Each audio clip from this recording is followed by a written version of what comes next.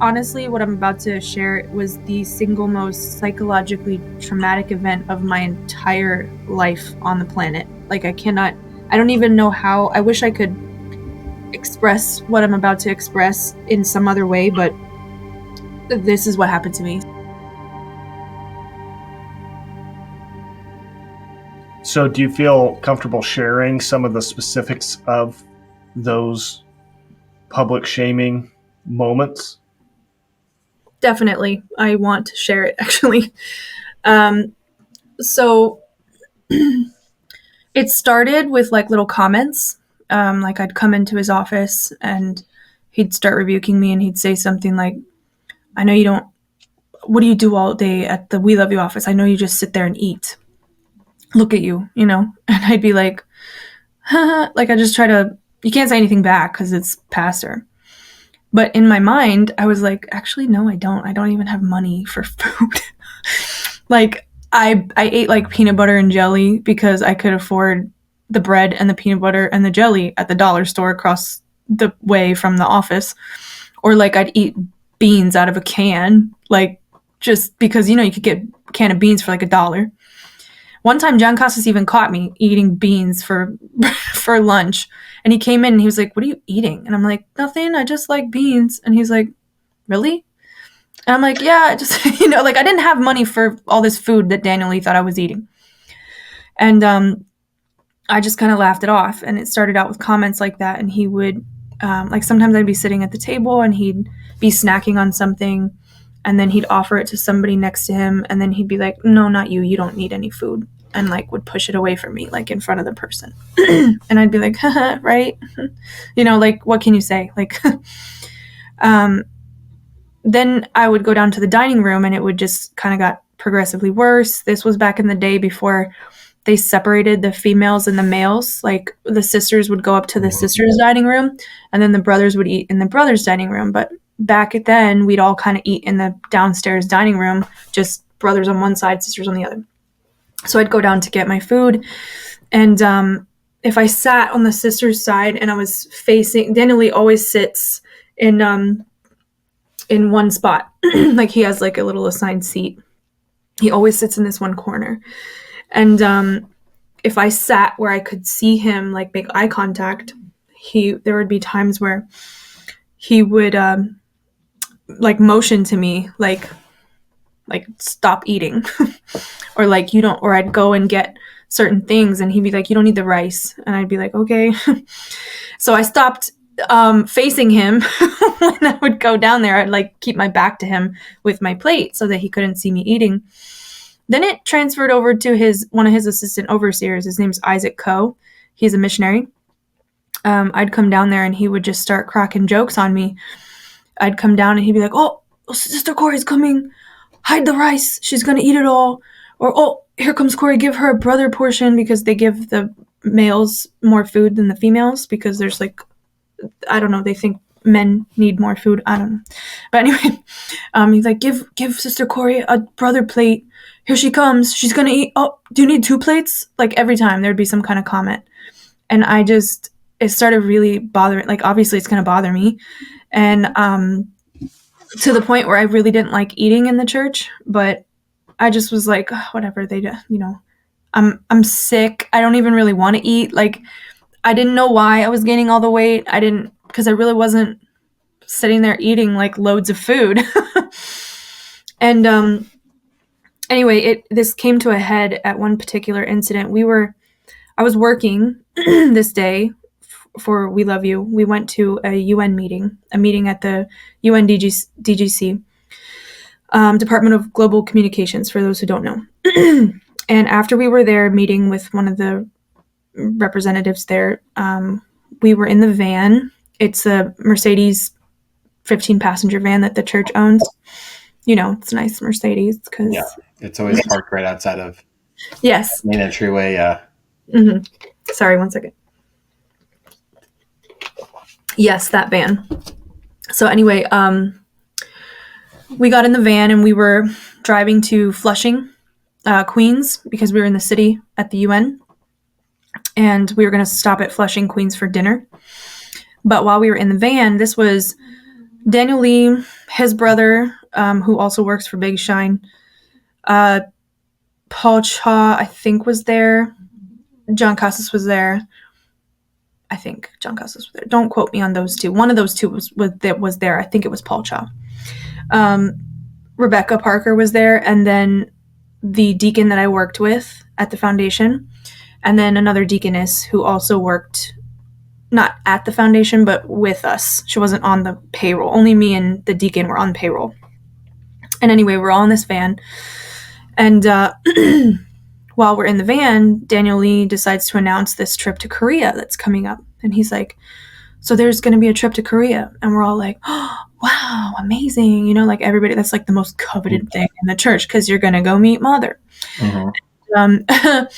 So, you know, we're like, oh my gosh, wow, amazing. And it's going to be, and he's like, it's going to be specifically for We Love You. And we were like, I got excited. Everybody was excited. Like, wow, what a blessing. Not that I was not expecting anything because I knew I had not a single dollar to pay a plane ticket to go to Korea. And what year was this? 2019. Okay. And yeah, as time progressed, like over that course of the last like 8 years, it became even more difficult to go to Korea. It seemed like the trips were fewer and fewer. And then the quantity of members trying to go became bigger and bigger.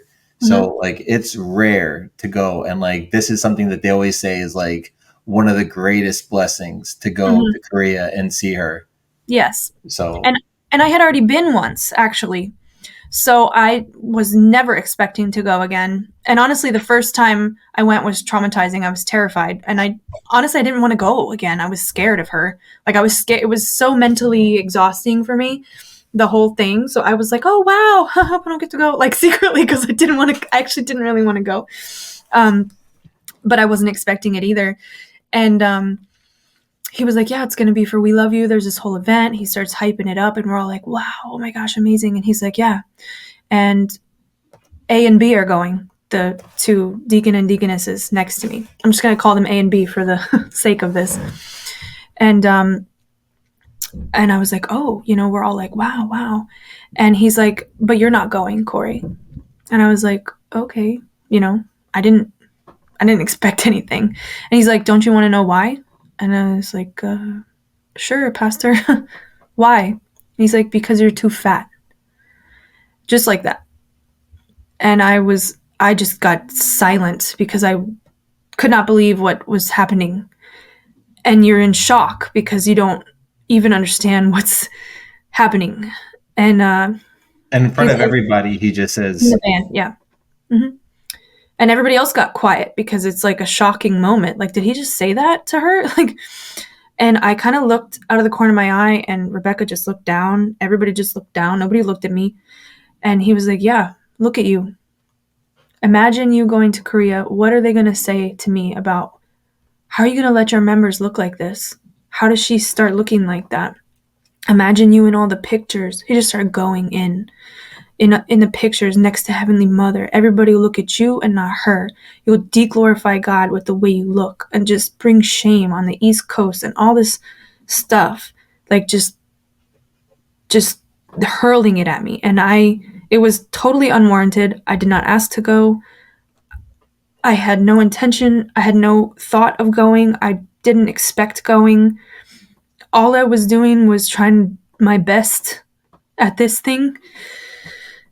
I gave up everything for that, and he just started, like, ripping into me about the way I looked, and I just sat there. I did not cry at the moment. I tried not to get the tears to come out, but I just sat there silently because there's nothing you can say, there's nothing you can do, and nobody's gonna step in and say anything. So, I just said, okay, you know, like, yeah. And he's like, you understand, right? And I was like, yes, Pastor.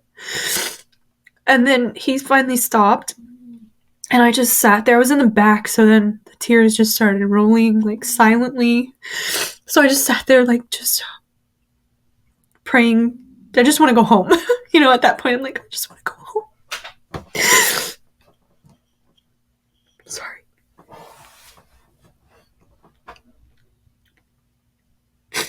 So at this, now you're on your way to the United Nations or on your way to Flushing? On our way to Flushing. This was after we left the UN. Okay, after you left the UN, and now you're on your way to Flushing, and he, in front of everybody, shames you like this. Now, were all the A and B, were they both, thin, model-esque members who, no? The deaconess is, yes, she's very beautiful, actually. I think she is. The deacon, bigger than me. Even now, like, I mean, I've lost a lot of weight since I've lost 100 pounds since this incident. I was big, like, yeah. I was very sick, though. But he was way bigger than me, and also I couldn't understand that either. I'm like, why am I being, like... Singled out? Yeah, like, what did I do? Like... Male counterpart. Yeah, like, we literally were, like, the male and female counterpart of each other, too. Even... We ended up working really well together after he stopped hating me. We made up and he said sorry, and anyway, different dynamic, but he's very much, and everybody who knows who he is can attest to that. Like, he's always been a big guy. And by no means am I shaming him either. I'm just merely stating a fact because that is what it is. He was bigger than me and still is. So it was a little, I didn't understand that either. There was just nothing that I could come up with in my brain. Like, I just was like, maybe I really, like, is this my fault? Like, I just didn't, and I had no explanation as to why I was so big either, because I wasn't eating a lot. I was sick all the time. I didn't know. And at that point, I wasn't diagnosed yet. And you couldn't because you had no money and you had no health insurance and you were working nonstop. So even if you wanted to go to the doctor, you didn't have the time to really go. So they create the problem and then blame you for, you living in it. So, yeah. And so then now you're on your way to Flushing after this to spend time with a bunch of members after you are red-eyed and, mascara, I'm sure, like. Yeah, I have always tried to mask things with humor. That's like my one and only. If anyone has come across the little meme account on Instagram, that's me. Because that is my coping mechanism. Just laughing through the pain. It's just the only way I know how to handle it. So I quickly outwardly recovered before we got to Flushing. Just trying to be myself, crack jokes, and I will just cry about this later. Because, you can't be hurt in front of people because then you have no faith. So we get to Flushing, and I'm like, all right, let me just try to have a good time in Zion with the brothers and sisters. Like, we don't ever get to go to other churches, so I had never been to Flushing anyways. So this was just a new experience in general. So there when Daniel Lee comes anywhere, that's another thing. It's like a whole event. It's like preparing for the Passover. I remember when he used to come to Maryland and we would have these like banquets prepared. Like one time we all dressed up, like there was like a group of sisters that dressed up as like actual servants with like big metal like trays to like bring the food and set up the table all fancy because he's the prophet, he's coming, like he's served like a god. It's and someone so humble like him, how could he ever accept that kind of service? Right. No, he loved it. He loved every second. Mm-hmm. Oh yeah. So now you're being welcomed to the banquet of Flushing Queens. Flushing, yeah, it was a little more humble than Maryland, but but nonetheless, they definitely prepare for him. Like they make sure they have the right dietary restrictions for him and this and that and whatever. And so we all go to sit down, and he starts talking, and everyone's quiet, because that was like a thing. He would speak and everyone would be really quiet, and then we'd say, wow, amazing, and it could be like the most unremarkable thing. Oh. Yeah, anything. Anything he said, and you just have to be like, whoa, like mm-hmm. Amen, like it's just stupid. Anyway, that's another topic, but we're there. I'm not eating because I was traumatized. Like I think I put some fruit on my plate, and I maybe think I ate a grape or something.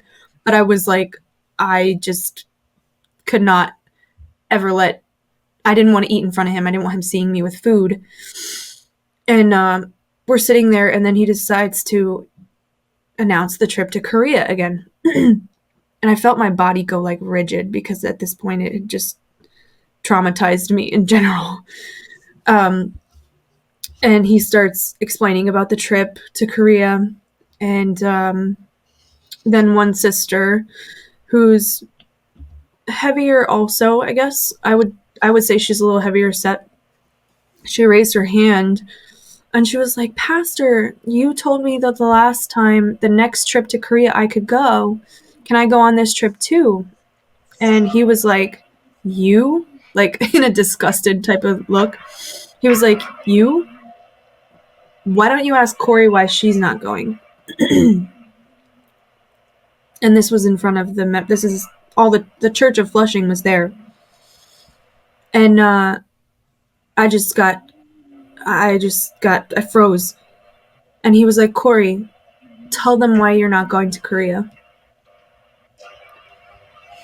And I looked at him like, please don't make me do this. Like, I knew what he was asking me to do. I was basically begging him with my eyes, like, are you serious? Like, you really, this is what you're doing right now? And I looked over at Rebecca, my group leader, like, is this happening?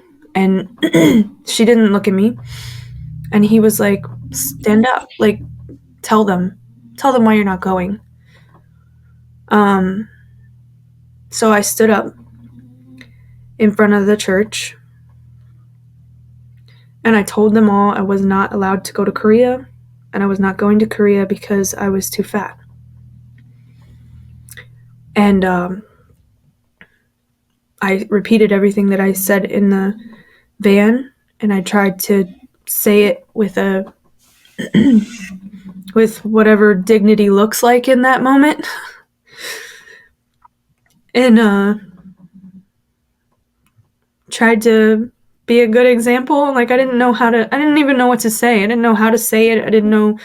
I was also, like, in my mind trying to cover him even in that moment. Like, I recognized that this was not gonna make him look good.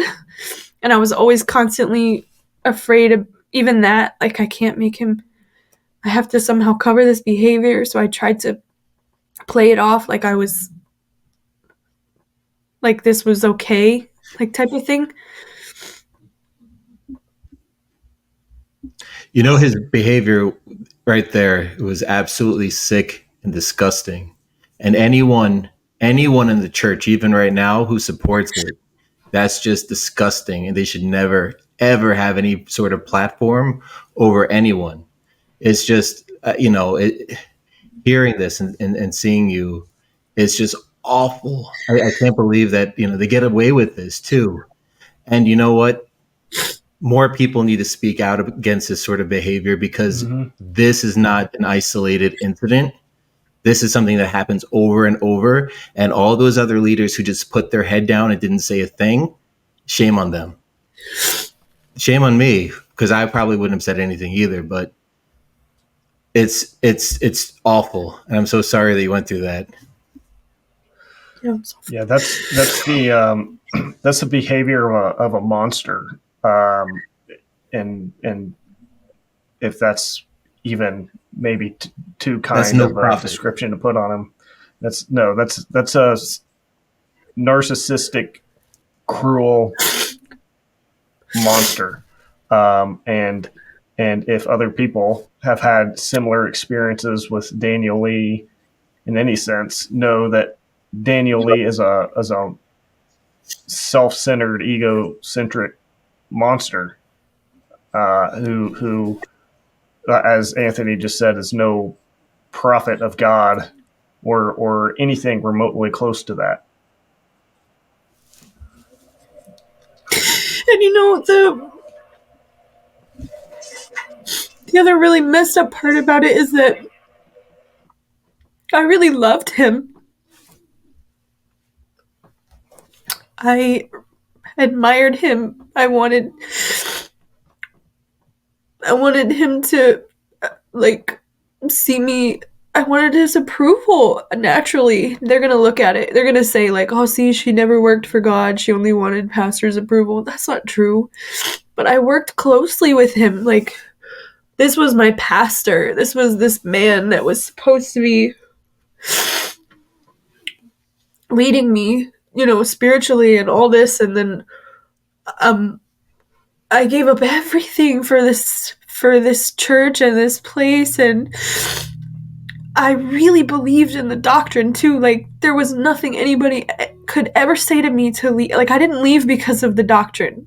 It actually took me, I didn't have any issues with the doctrine until I left, because I didn't know they were lying about it, even like all those books that Ahnsahnghong wrote and the changes. Like, I didn't know anything about that.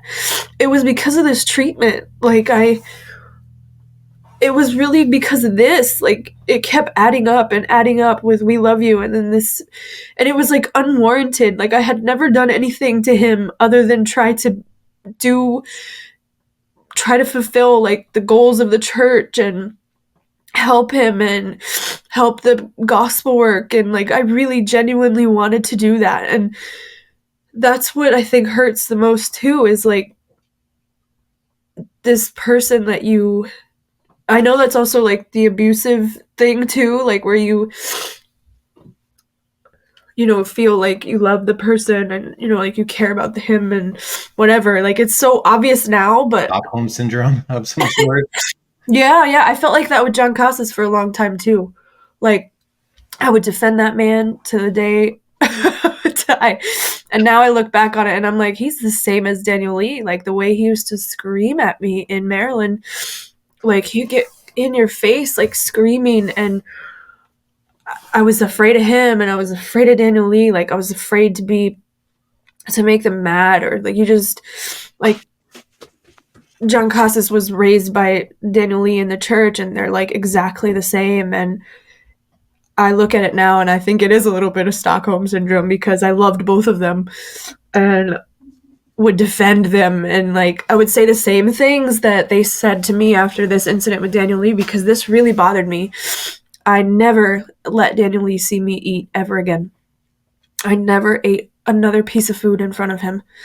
I stopped eating in the church even.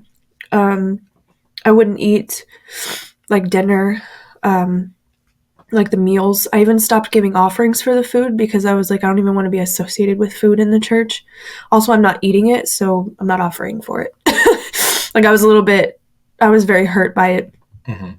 And I would often, like, on the Sabbath, I wouldn't eat the meals for a very long time. So I'd eat in my car, or I'd like steal a snack up in tech team and like eat it in, like, not in front of people.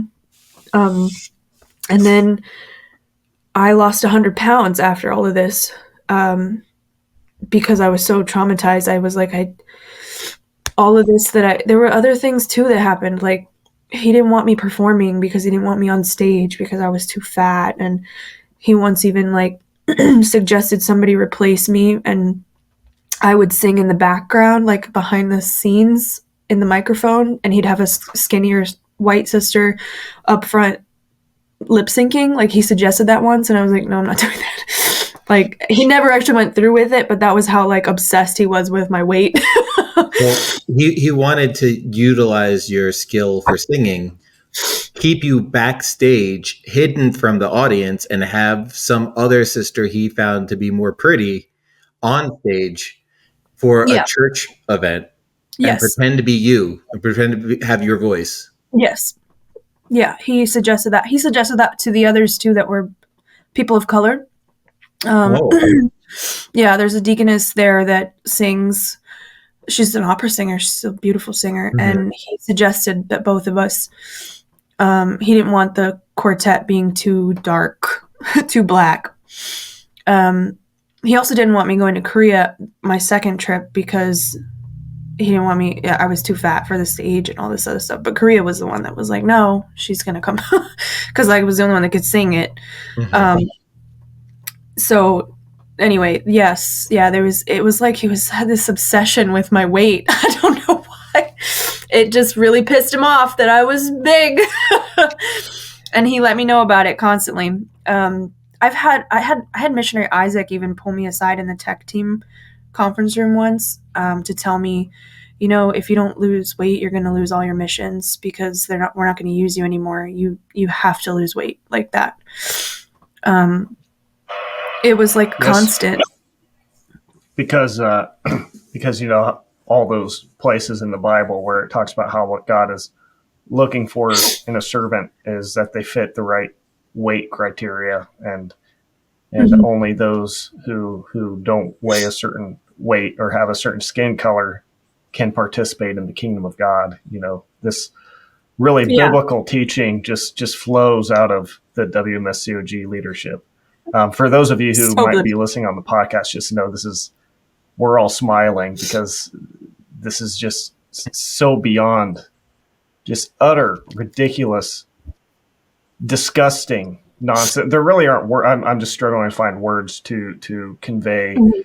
Just as Anthony said, like, is this really if by any chance a member is watching this moment, can you look at these sort of behaviors and just recognizing that this isn't just Daniel Lee, this is just the atmosphere that is created here.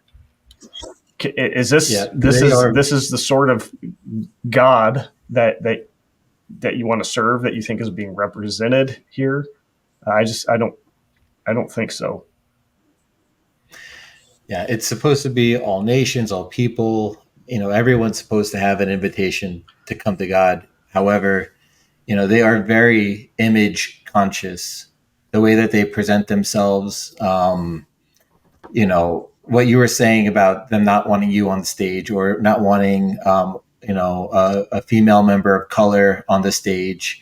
I remember when I was in Maryland, the overseer for Maryland oversaw Delaware as well, and that they, Korea, the General Assembly, was seeing the photos of the new baptisms coming into Delaware, and they had a criticism because they were asking, why were all the new baptisms, African Americans coming into the church? And it's like, well, look where it's located. Like, demographically, of course, like this neighborhood, that it's in, of course, this is like, who lives here? It's going to match where the church is. Mm-hmm. But they didn't like that answer. They were criticizing it because they didn't like that. They didn't want that to be the image of the church. I've heard a lot of different things about what they want in their photos. They handpick who goes into the front of the pictures. I'm sure you have a few different instances of them having some, because what the image they want to display may not actually represent what's, the nature of the church itself. Mm-hmm. I'm sure you have some experiences with them also readjusting videos and photos in order to present themselves differently based on racial discrimination. Mm-hmm. 100%. There's like this weird obsession with the thought that America is white people, which couldn't be farther from the truth, actually, especially on the coasts, like East Coast and West Coast. It is very diverse, especially New York. Like, this is a nation literally built on different people coming from all over the world. There is no white people here. That's more, I guess, Europe even. I don't even know. Like, there's just, but they have this obsession with this image of white people, and America should be identified, like the pictures should be identified with white people, which is so wrong. So we would absolutely put white people in the front. They might put a few people of color, like maybe ambiguous, like racially ambiguous people up there that are attractive. At least you have to be attractive. You can't be like a bigger black brother. Like, there's no way you'd be in the front row.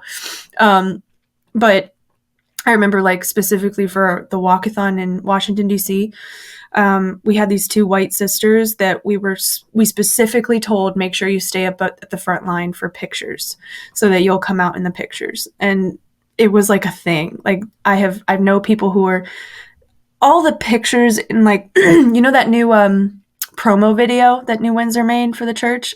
Mm-hmm. I watched that. I was like, Yo, this is so, like, I know for a fact every single one of those pictures and the videos were staged. When you see, like, men and women just laughing and walking around the pond together, that never happens. Men and women do not walk around the pond together. Nobody, there's no, like, table of a bunch of white pretty sisters just chilling outside laughing, and, like, that does not, like, all of that was staged, and it's so obvious to me. It's the image that they want to present. It's definitely, and that's it doesn't represent what's really there, what's in the environment. And I mean, I don't know if either of us are the ones to really delve into this topic, right? Yeah, because you're white. But even from my perspective as a white member, it is very uncomfortable because it's open. It's open discrimination, and there's open comments, especially from Daniel Lee. Like, he'll just be like, "That's too black," and you're like, "Pastor, you can't say that. Like, you can't." Like, we're constantly trying to correct him and make him politically correct. Like, don't say that. You're gonna offend somebody. Like, we're constantly policing him and his language, but he says whatever he wants. He's a little bit less nowadays but he gets other people to do it for him, like you've mentioned. But he'll definitely say it, like, in the background. He's still racist when it comes to that. And then, of course, if he says something racist, then he'll follow it up with, like, is anybody hurt?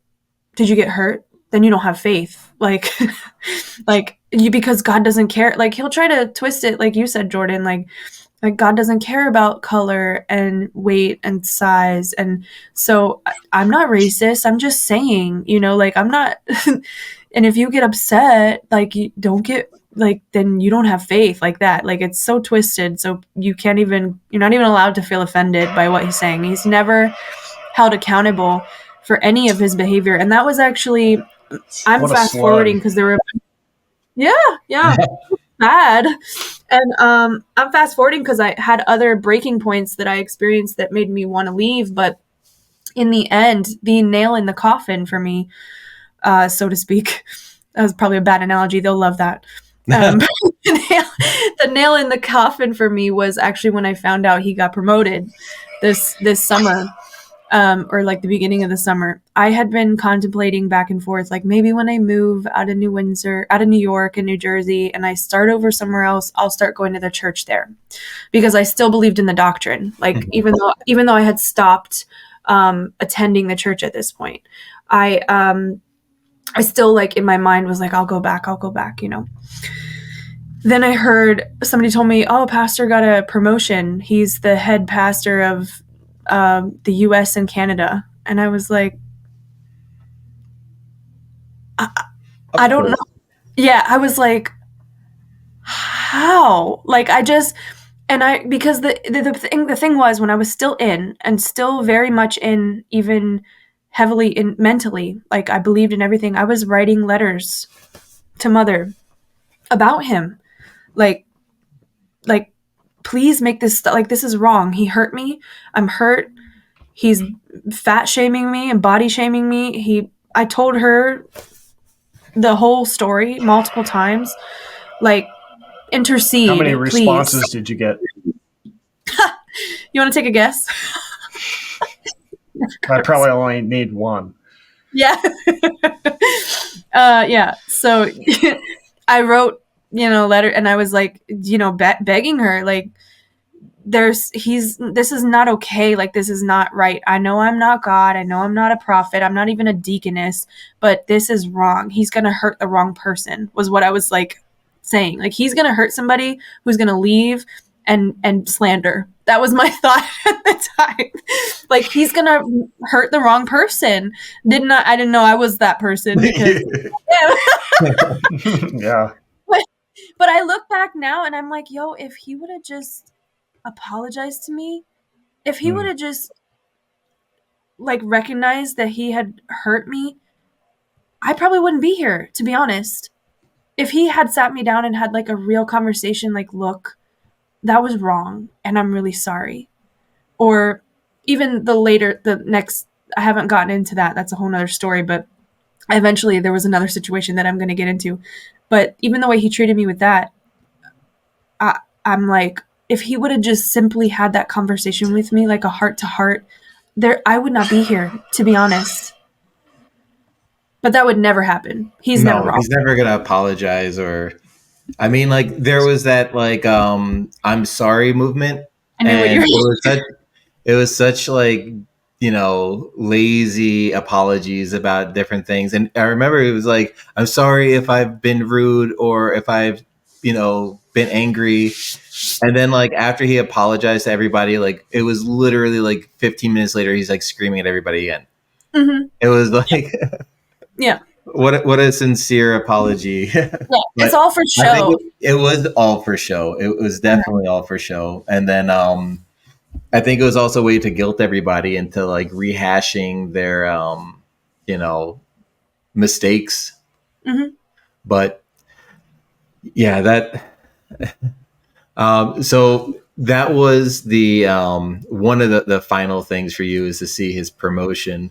But I do know that you had some other instances. One of them I would like to hear a little bit more about, which was, I'm trying to remember exactly what you were mentioning, but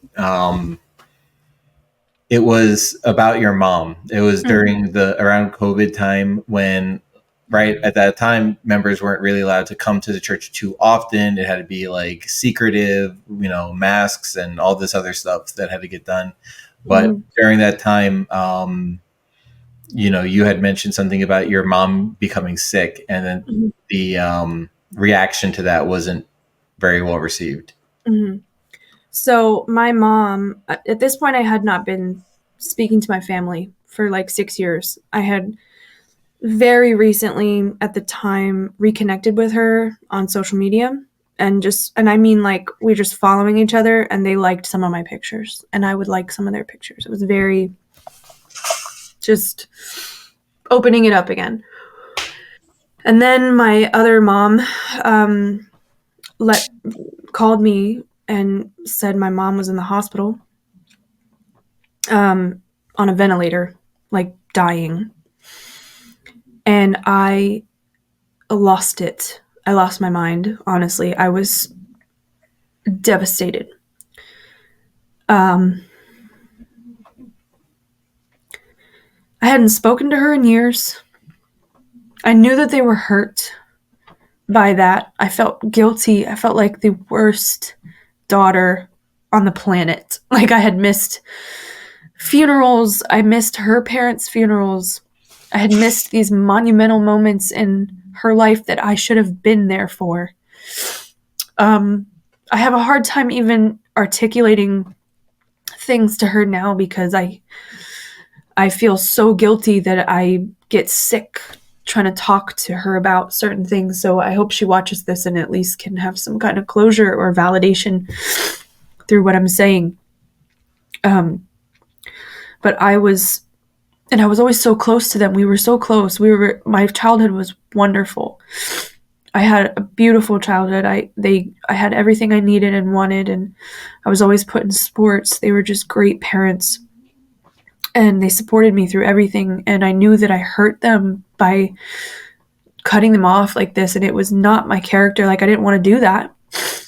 And now here I am 6 years later, haven't spoken to her, and she's on a ventilator dying.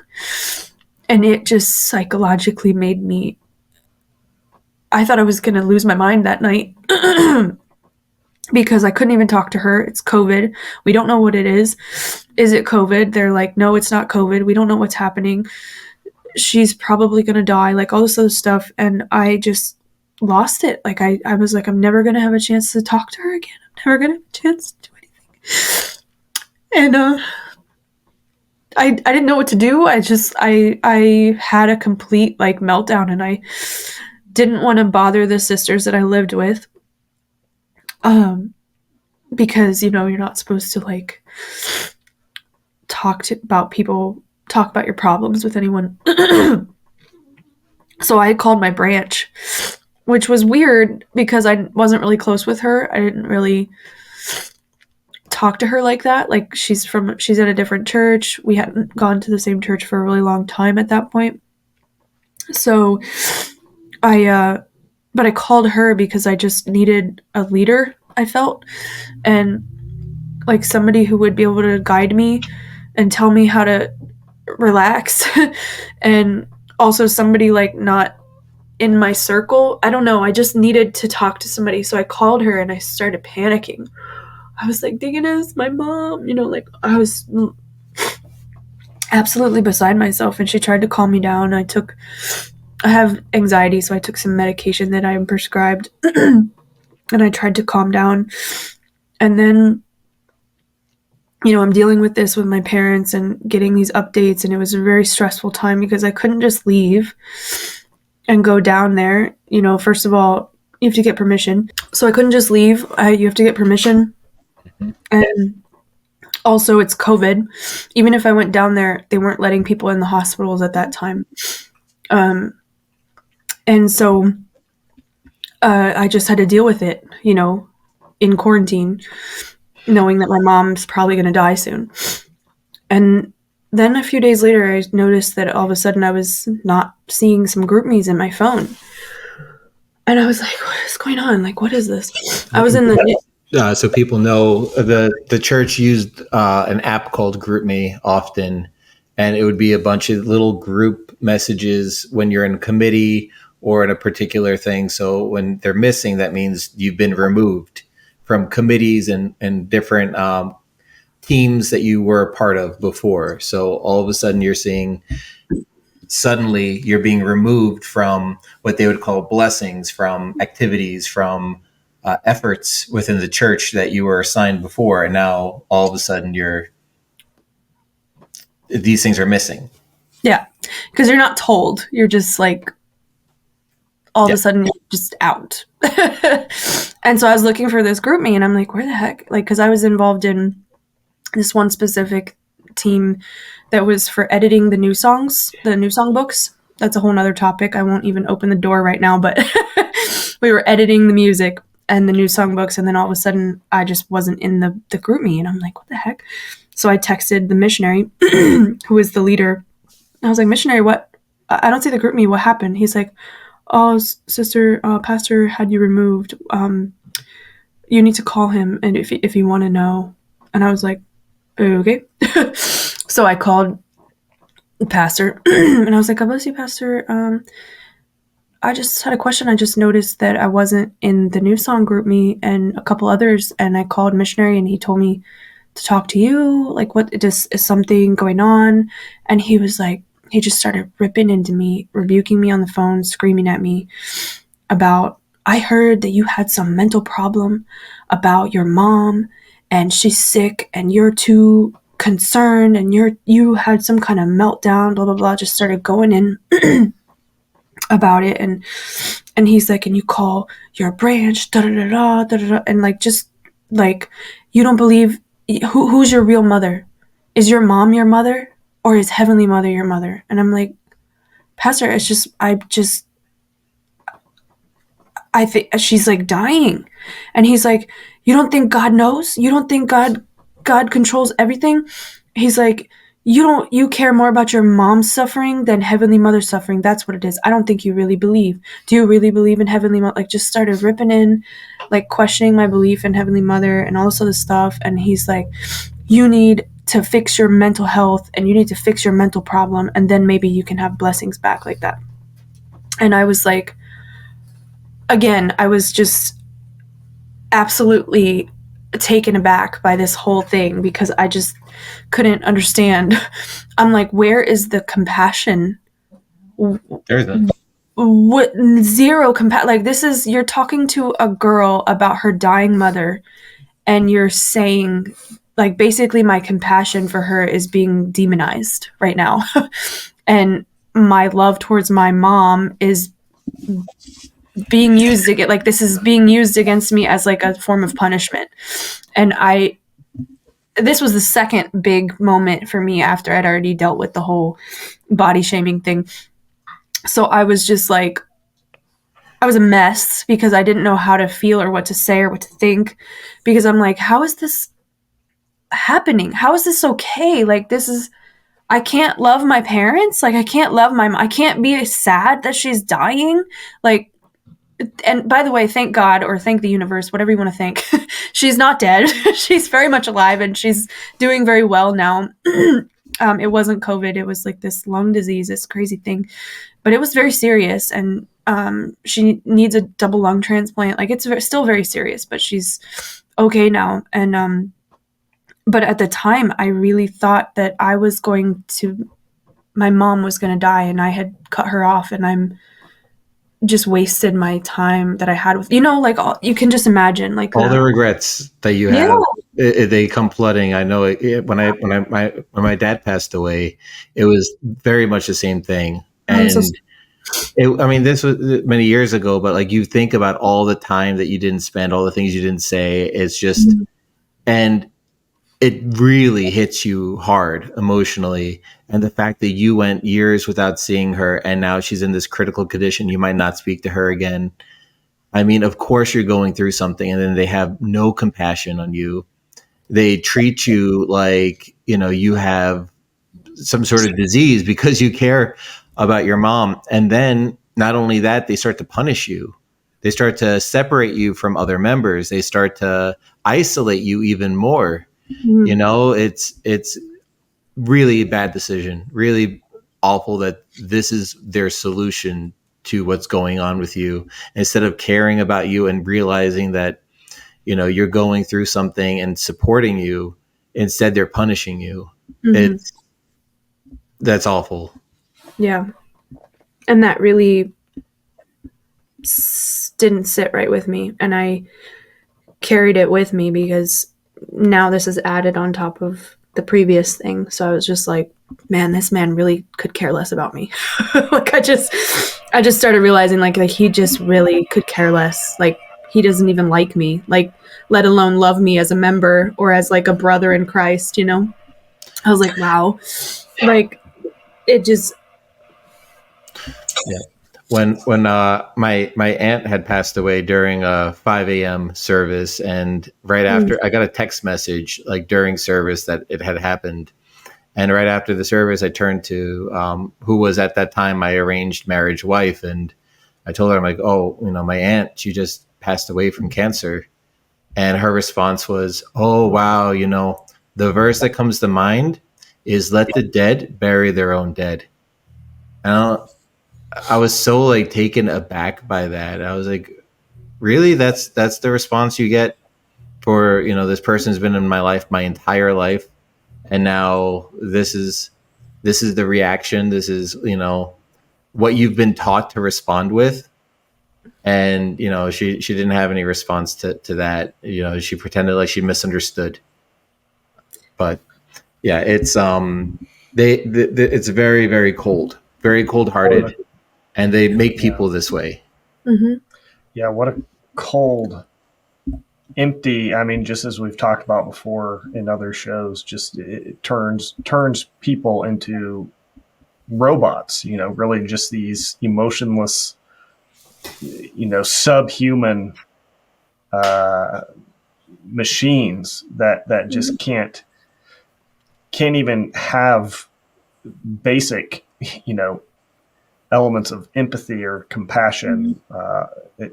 You lose all that. And what a success, because that's exactly what, as we, think back to the beginning, as we talked about all these different, gates, things that they had put around you to keep you from critical thinking. I mean, that is this, taking effect. That's it taking its full effect in a person, where it's not only that they can't, think about their doubts and look at the facts before them and analyze them critically, but now they can't even express just natural, basic human emotion and connectedness. And yeah, that's what they're after. They want a bunch of robots, mindless, emotionless, thoughtless robots who will continue to do their duties, not ask questions, and keep the money rolling in. Keep the money rolling. Yep. Hey, one thing I did have a question about, Cory, was you did say that you left because of these obvious like emotional, mental abuses that they were doing, but not specifically about the doctrine.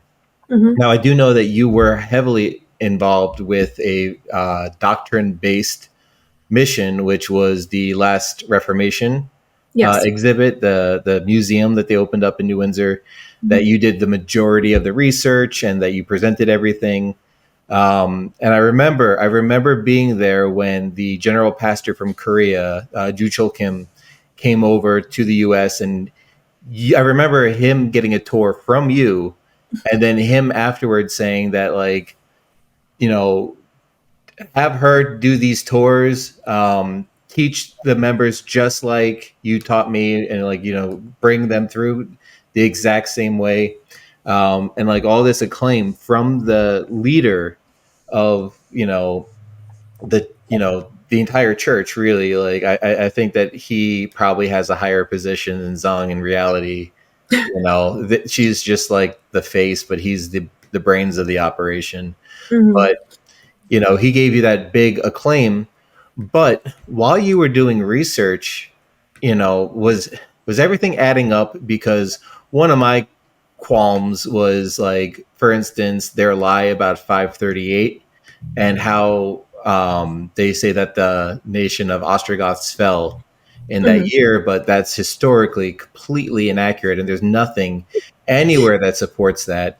And there it was, like, in the LRE, and then all these other things that had occurred in history that now I had discovered were not true, but these were the things that Ahnsahnghong had copied from Ellen White, who just made up a lot of stuff. He made up a lot of stuff. She was not an honest lady. She had all these storyteller. yeah, exactly. She would shake and have visions and gave false dates of the end of the world, and from one false prophet to the next. And then this is the exhibit that was created from it. Did you were you having any issues when you were seeing things that add up, or did you notice things that weren't adding up when you were doing it? And what was your response? Okay, so yes, and I'll just clarify a little bit. General Pastor came through. I just kind of walked him through. I didn't really, because he doesn't speak English, so I couldn't really like give him a tour, but he did walk through. And actually what he said to me in the van right before he left, he called me over and he was like, you need to show this to all the members. But nobody who's not baptized. No one who is unbaptized is allowed in, and they have to have faith before they come through. Like, basically, essentially, like, this is not allowed for the public. You can't use this for, whatever. No history degree. No, yeah. Yeah. And I did do the research, and I did, of course, I saw so many contradictions. And, but the thing is, there was two things. So there's a couple things here. I really believed in the doctrine, right? Like, and the one thing that I really don't care what they say about me at this point. Like, I know very well that they're going to call me, they already called me a slanderer, demon possessed, I'm Satan, whatever. But the one thing that does kind of bother me, and I shouldn't even say this because now they're going to use it as fuel, but whatever. I really can't stand when they're like, when they leave, see, it proves they had no faith to begin with. I'm sorry. That is the biggest cop-out response I've ever heard. Oh, yeah. Yeah. That is like, you really have nothing else to say. Because if I didn't believe in this doctrine, I would have left the first day John Casas screamed at me. Yep. If I didn't believe in the doctrine, I would have left when you tried to arrange me to some rando. If I have faith, if I didn't believe the doctrine, I would have left when you publicly fat shamed me in front of a church. If I didn't believe in the doctrine, I would have left when you accused me of not having faith in Heavenly Mother because my own mom was dying in a hospital on a ventilator. I would, if I did not have faith in this doctrine, I would have left 13 years ago. And someone's stepping on a kid's head. Yes, yeah. I would. I hate that response. Sorry. For those who might make that accusation, if you're a member and that's the response you think is the one you would like to offer to the things Cory has had to say, I'd just like you to step back and ask yourself, do you have as much faith as Cory has had? Do you have even remotely close to the amount of faith that I think Cory demonstrated by staying in for over a decade, enduring these kind of things? Do you? I doubt it. I've talked to a lot of members over the past 5 or 6 years, and I don't know that, many of them have had the same sort of traumatizing, just brutal experiences that you've shared, but still stuck with it, which is not in any way a slant on any of them, but just to say, hey, you showed a lot of faith. And so if you're a member and you think that's a solution to what the things Cory is sharing, it's utter nonsense, complete and utter nonsense. And I guarantee you don't have even remotely close to the faith that Cory had. And so that's not an answer. That's truly the ultimate cop out. Mm-hmm. Sorry, thanks for saying that. Just really validating. Yeah. No, I think that goes without saying, really. I mean, anybody who sits and listens to your story and comes away saying that woman was just insincere or never believed, you have your head buried in the ground. Mm-hmm. I'm tempted to say you're an idiot, but maybe that's too harsh. But you're acting as an idiot if that's your response. You're not thinking clearly. You're not thinking accurately. You're not being honest. Well, that's what they teach too. They teach that if somebody leaves, they never had faith. So of course, that's their trained response. They wouldn't think that on their own. Like if they were allowed to use their own free thought. Just plugging this in really quick. Yeah. Sorry. But if they were able to use their own free thought, they wouldn't have come up with that conclusion. But they're trained to believe that's why. Yep. So and so they're told it, so they believe it. So it's just a quick answer without them actually having to think. Their responses are trained. Yeah. And so let this be an encouragement to think about that response. The response you've been programmed to offer to this scenario, to think about it. Is that a valid response to the things that have been shared in Cory's story? Do you really think that's a valid response? Yes, that's what you've been trained to think. You, and I totally understand what Anthony's saying. That's, many of you aren't at fault when that is your gut instinct reaction to anybody speaking out. But I think if nothing else, Cory's story that she shared warrants you at least taking a bit of time to consider before you throw out something like that, if that is a legitimate way to respond to Cory and her story.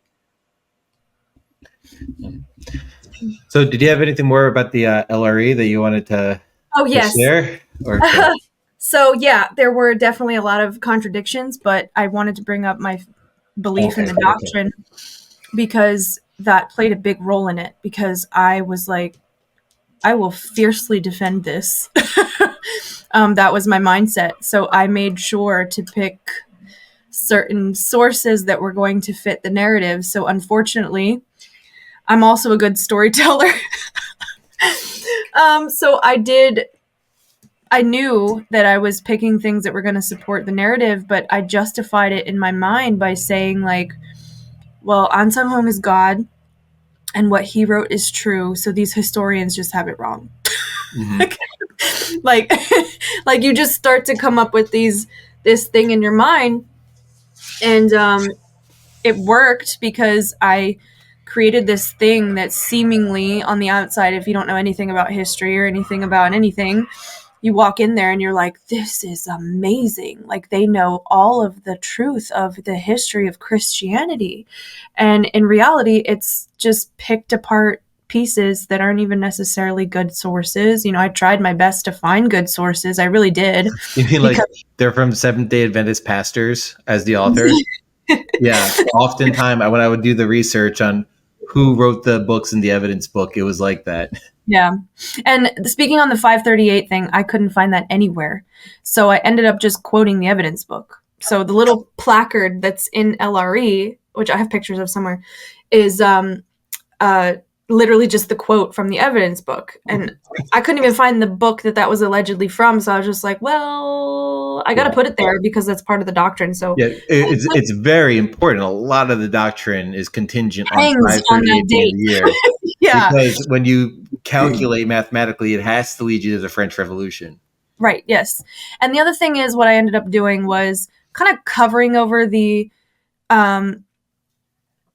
dates discrepancies and things like that with more of the drama surrounding the Catholic Church. So it became more of a shock factor. So let's just not talk about those things. Let's talk about how bad the Catholic Church is instead.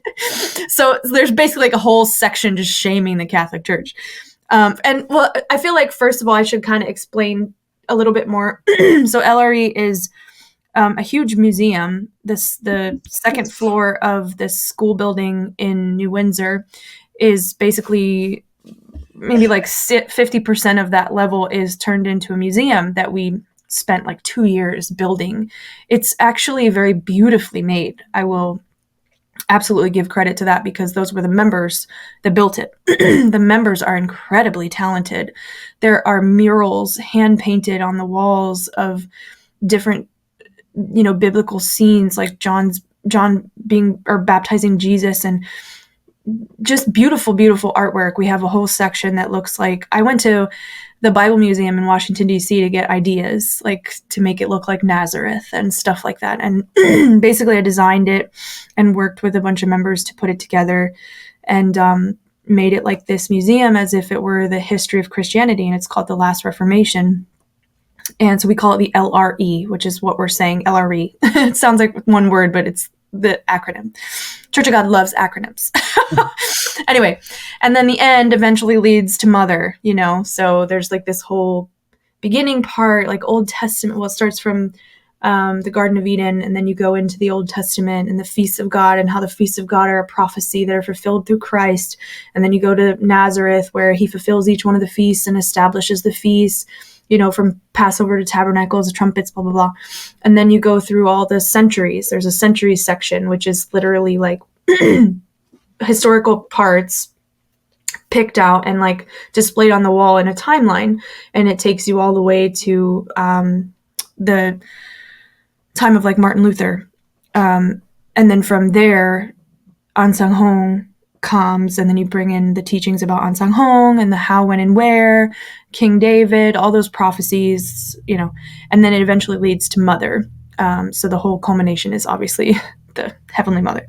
But it's a if you don't know history, if you don't know anything, it's very, unfortunately, I'm sorry, because I feel like I created this tool for them, but I do fully intend to kind of dissect it eventually on my website, because I have all of the sources that I used, obviously, because I researched it myself. So I fully intend to disclose it to everyone so people can see what exactly it is that is being said and why it's not accurate. Yeah, so it's going to be a really big project because it took 2 years to create, and more because we were constantly updating it. But yeah, now you don't have that kind of time to invest into it. I know. I remember when you first walk in, they bring you into like a library room with all these books everywhere, and like all these books support what we say, and for a fact it's like excerpts and like misquotes and. Yeah. It doesn't actually, but they want you to believe, like, look at all this literature that tells our truth. But yeah, I mean, for the most part, a lot of the sources that I used are there. Like I had this list created, but there's also like other ones like fillers and there's a whole copy of encyclopedias. Like obviously I didn't use all the encyclopedias. And then, and it's true, like some of them are just like magazines, like anything I could find that was like, this says 666. Let's put that in there. Like, I mean, I did try my best to find real legitimate sources because, again, I really believed in the doctrine and I fiercely defended it, and I wanted to create something.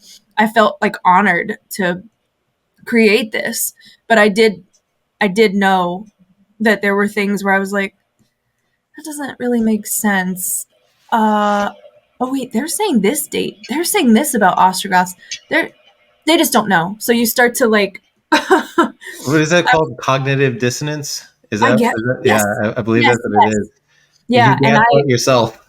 Yeah, I did, because I was so heavily indoctrinated, especially during that time, that there was just no way I would have admitted that I was making up some kind of story. But and so now you kind of explained about like your breaking points, what really kind of brought you to the point where you decided to go.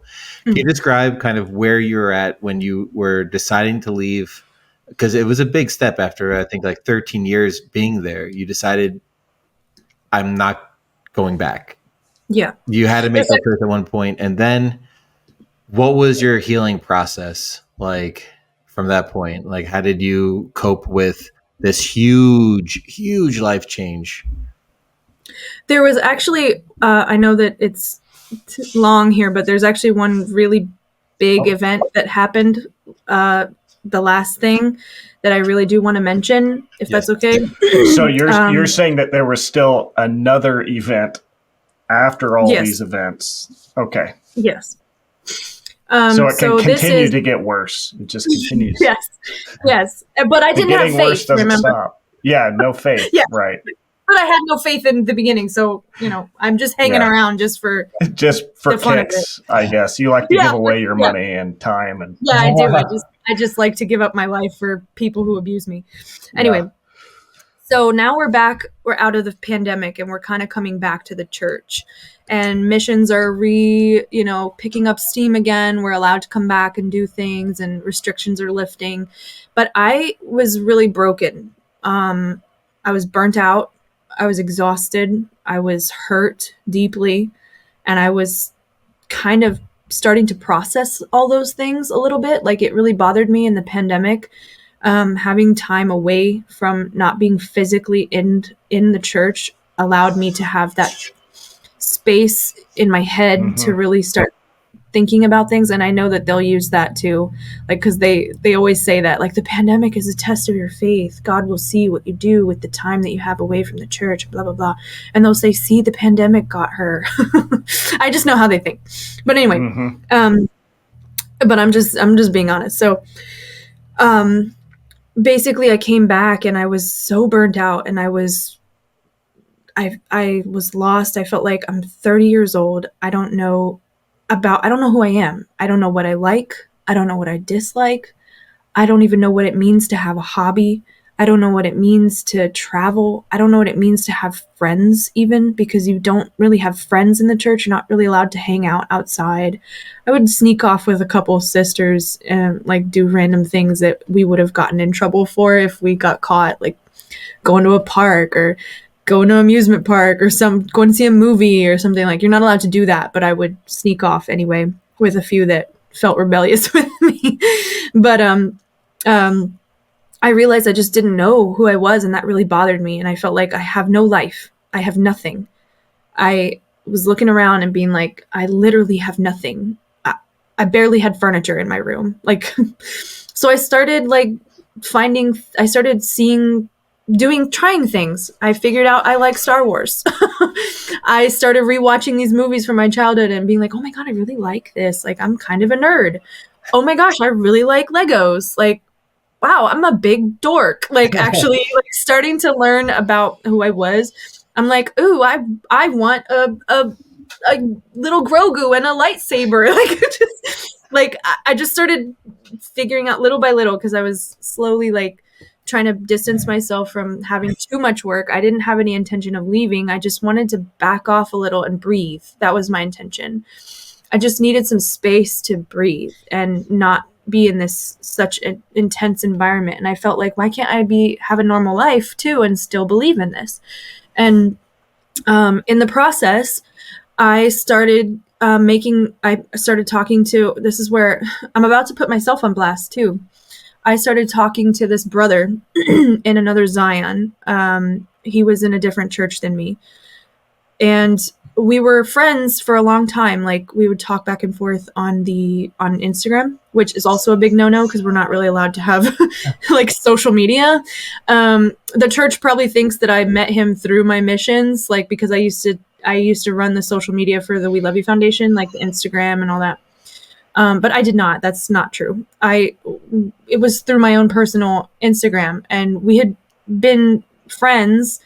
I use the word lightly because, again, we didn't have friends, but, liking each other's posts and like sending funny memes, and it was very innocent. We didn't, and then we just started striking up a conversation and slowly started having this friendship, and we were both miserable.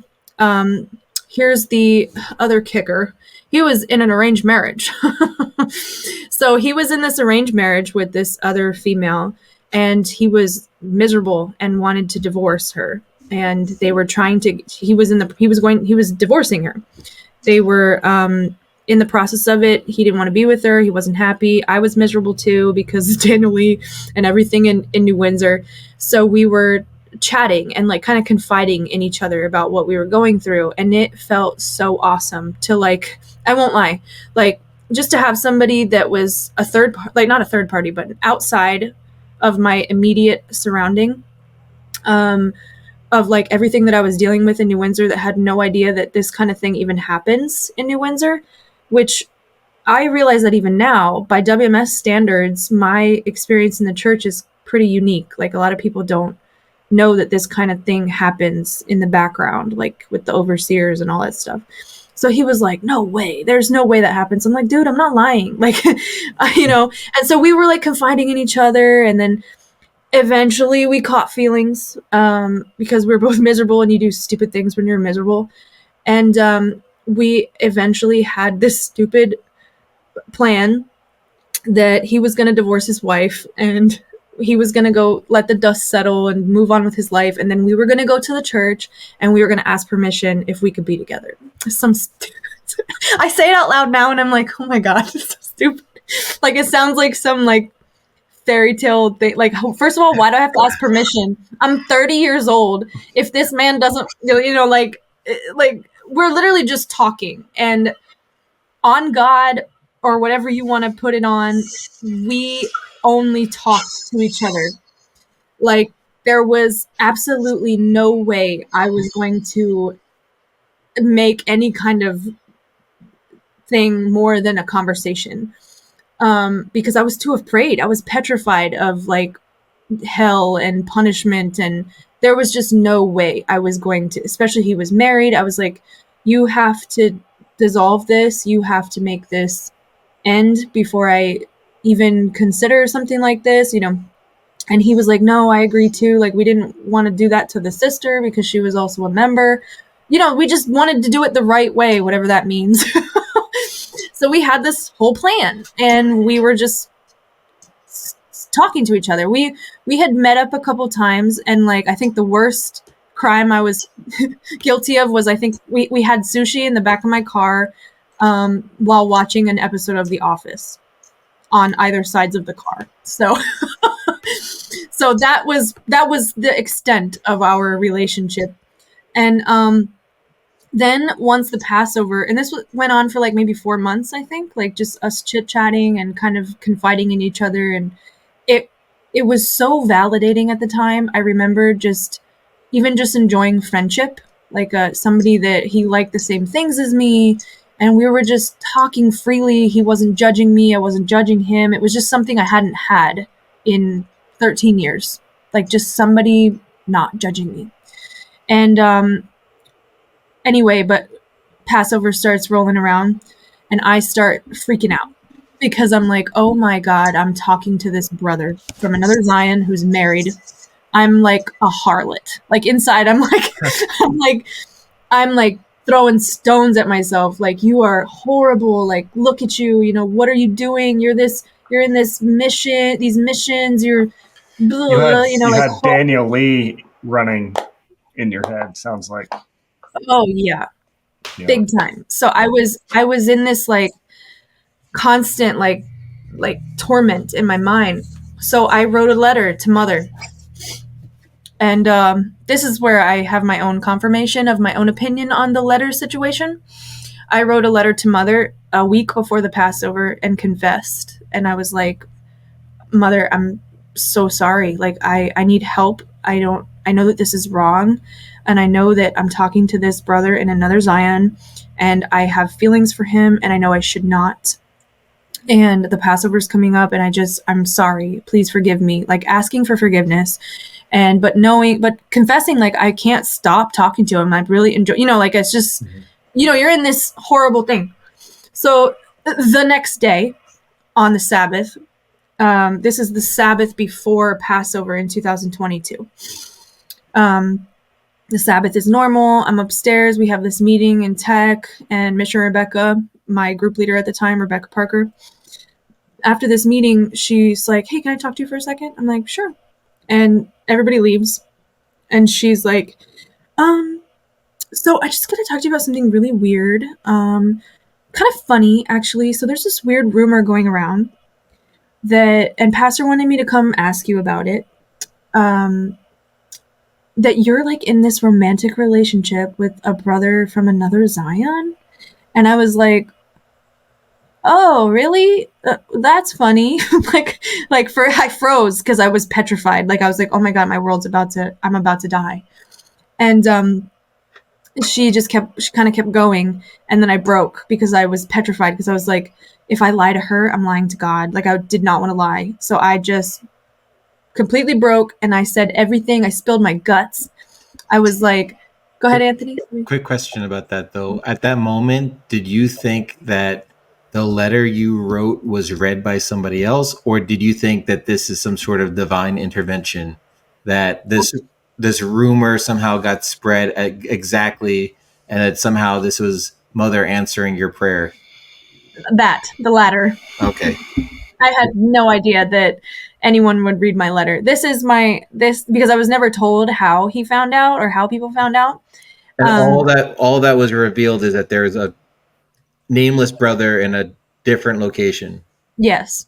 I did not say his name. I did not say that he was married. I didn't say any of that. So the only part of the rumor that came out was the part that you put in the letter. Yes, exactly. Yeah. Convenient.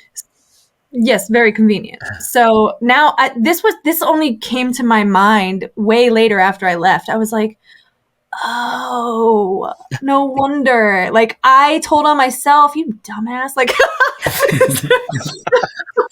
but anyway, but I laugh now, but this was honestly what I'm about to share was the single most psychologically traumatic event of my entire life on the planet. Like, I don't even know how. I wish I could express what I'm about to express in some other way, but this is what happened to me. So I confessed everything to her, and she said, okay, I'm going to talk to Pastor. The next day, I couldn't sleep. I was throwing up, like, out of fear. She texted me the next day and was like, you need to come talk to Pastor. I was like, okay. So I took some anxiety medication because I didn't want to have a scene because I was so beside myself. Because I just was anticipating this punishment, like, that was going to come. And so what he ended up doing was Daniel Lee called the brother and the brother's overseer from his Zion, and they drove to New Windsor to meet with Daniel Lee. So they met with him first. So they went into Daniel Lee's office, and whatever was said in there, I don't know, I wasn't there. Then they went outside. Then he called me in, and I was with Daniel Lee, his wife Betty Lee, and Rebecca, who was my group leader at the time. And he rebuked me, obviously, and he's like, tell me the truth. What is your plan? What was the story? Don't lie to me, because I already know everything. And I was like, okay. So I told him everything. I wasn't going to lie because I had no intention to lie. I was too afraid to lie. And he called the brother in with his overseer. So now we're all in the room together. And I also, this is how I know, because I know he does this, but Daniel Lee's demeanor, everything, his tone, his language, all changed. It sounded like almost he was reading off of a script. And I knew at that moment he was recording. It's just something in me. I just knew that he was recording the whole situation. Because he started asking us, he spoke to the brother. He's like, do you like her? And the brother he put his head down. He was like, no, pastor. He's like, do you want to be with her? No, pastor. Are you going to divorce your wife to be with this sister? No, pastor. Did anyone force you to say this? No, pastor. Is anyone making you do this right now and say no to her? No, pastor. I'm saying this because I want to say this. Like, making the brother like respond like that. And then he's like, are you going to speak to her after this day, or are you going to cease all contact with her? I'm not going to speak to her anymore. And then he turned to me and he was like, see, he doesn't even want you. Like that. And he doesn't even want to be with you. Look at, like that. And then I was like, okay. Like, I didn't say anything. I was too afraid. And then after he rebuked both of us again, he said, we will let you know the next steps. And so I got up and I walked out and I went to my car, and I have all the text messages, which I kept from Rebecca, because after that, my punishment was given to me bit by bit through text message.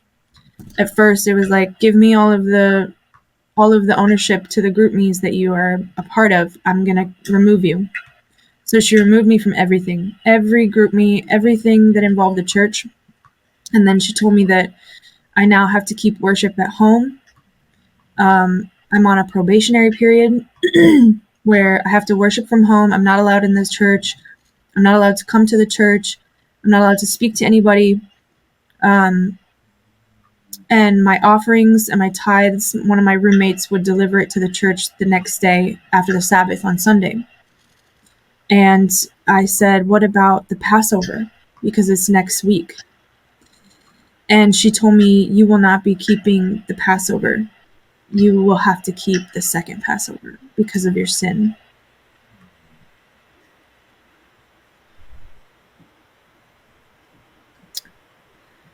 What's crazy, they won't let you go to the church. They won't let you interact with the members, but they did find a convenient way to get your money. Yeah. At least they could do that. And then for anyone who's really like unaware, everyone's watching this with a different understanding of the church, but Passover is the biggest day. They say that this is the forgiveness of sins. This is the seal of God, meaning that this is your protection. This is God's love. This is God in you. This is mother's love. This is everything. Everything falls on this Passover day. It's the most important thing, and we would move heaven and earth to be able to keep it. Nothing can stop us. We'd quit a job. We'd throw everything away in order to keep this day. And now she you're explaining that because of this time where you ate sushi with somebody, and you had this, like, these conversations, but you didn't physically do anything. Wow. And now what about the brother, the male member? Did he also go through this sort of suffering? No. What was his punishment? Nothing. Was he removed from any group me's? Was he prohibited from anything? No, just you. It was targeted at you. And even though you're the one who was the most forthcoming about everything, still you're the one getting punished. He wanted to lie. He was like, don't tell them anything. He got to keep all his missions. He didn't really have missions, but he still could participate in like the construction. And I know this is true because after like a week later, I saw him in pictures on the Assez Instagram of him in a cleanup, and I was like, I was so hurt. I was like, what? Like, because I was so, I can't even express like how broken I was like, honestly, I should have been hospitalized. I was so catatonic on the day of the Passover. I was vomiting, and I was just out of my mind. Like, I honestly got really scared because my mind went nuts. Like, I was like, I can't keep the Passover. I'm gonna die. Like, it was like a psychological crisis that I can't really express. And I couldn't understand why I was being punished like this, because it made me feel like, I was like, I did not commit sexual immorality. I did not sleep with this person. I did not kiss him. You know, like, nothing happened, but I'm being treated like I was. Even Rebecca admitted to me, she's like, I know this seems, it's more harsh than normal. Like, even I know it's like, I don't understand it either, but you have to. And she's the whole time like, you need to be thankful that you have, I'm gonna post all of these eventually, like, you need to be thankful that you have a second chance. Like, you need to stop and repent and keep the Passover, the second one. At least you have that. You're now more alive than you were before, because imagine if you kept the Passover and didn't confess this, then you would have kept it in an unworthy manner, and like trying to justify all these things and telling me I should be thankful and that now I'm closer to God than I ever was before, because now I actually have a chance to feel like a real sinner for the first time, and like all this stuff. And she's like, just stop this sin and repent. And I'm like, in my mind, I'm like, but I did. Like, I'm the one that I wrote to Mother. Yeah, I wrote to Mother. I didn't lie. Like, it was just awful. Like, I can't express how awful it was. And then nobody spoke to me. There was one sister that I lived with that spoke to me, and I will never forget that. I hope one day that she comes out and she watches this, because that meant so much to me. She would go with me to these parks and try to be with me, and she was like the only person that showed me some kind of kindness during all of it, because the only one that would really talk to me was Rebecca, because she was the only one that was like feeding me my punishment from Daniel Lee and like giving me. Sucked. Yeah. It wasn't even like you're getting support. You're getting her just beating you down. Yeah, and it was very cold. Like, she was never cold to me before then. And then at one point I even told her that I was feeling like suicidal. Like, I was like, I want to die. I feel like it would be better. Sorry. It's okay. I felt like it would be less painful to just die.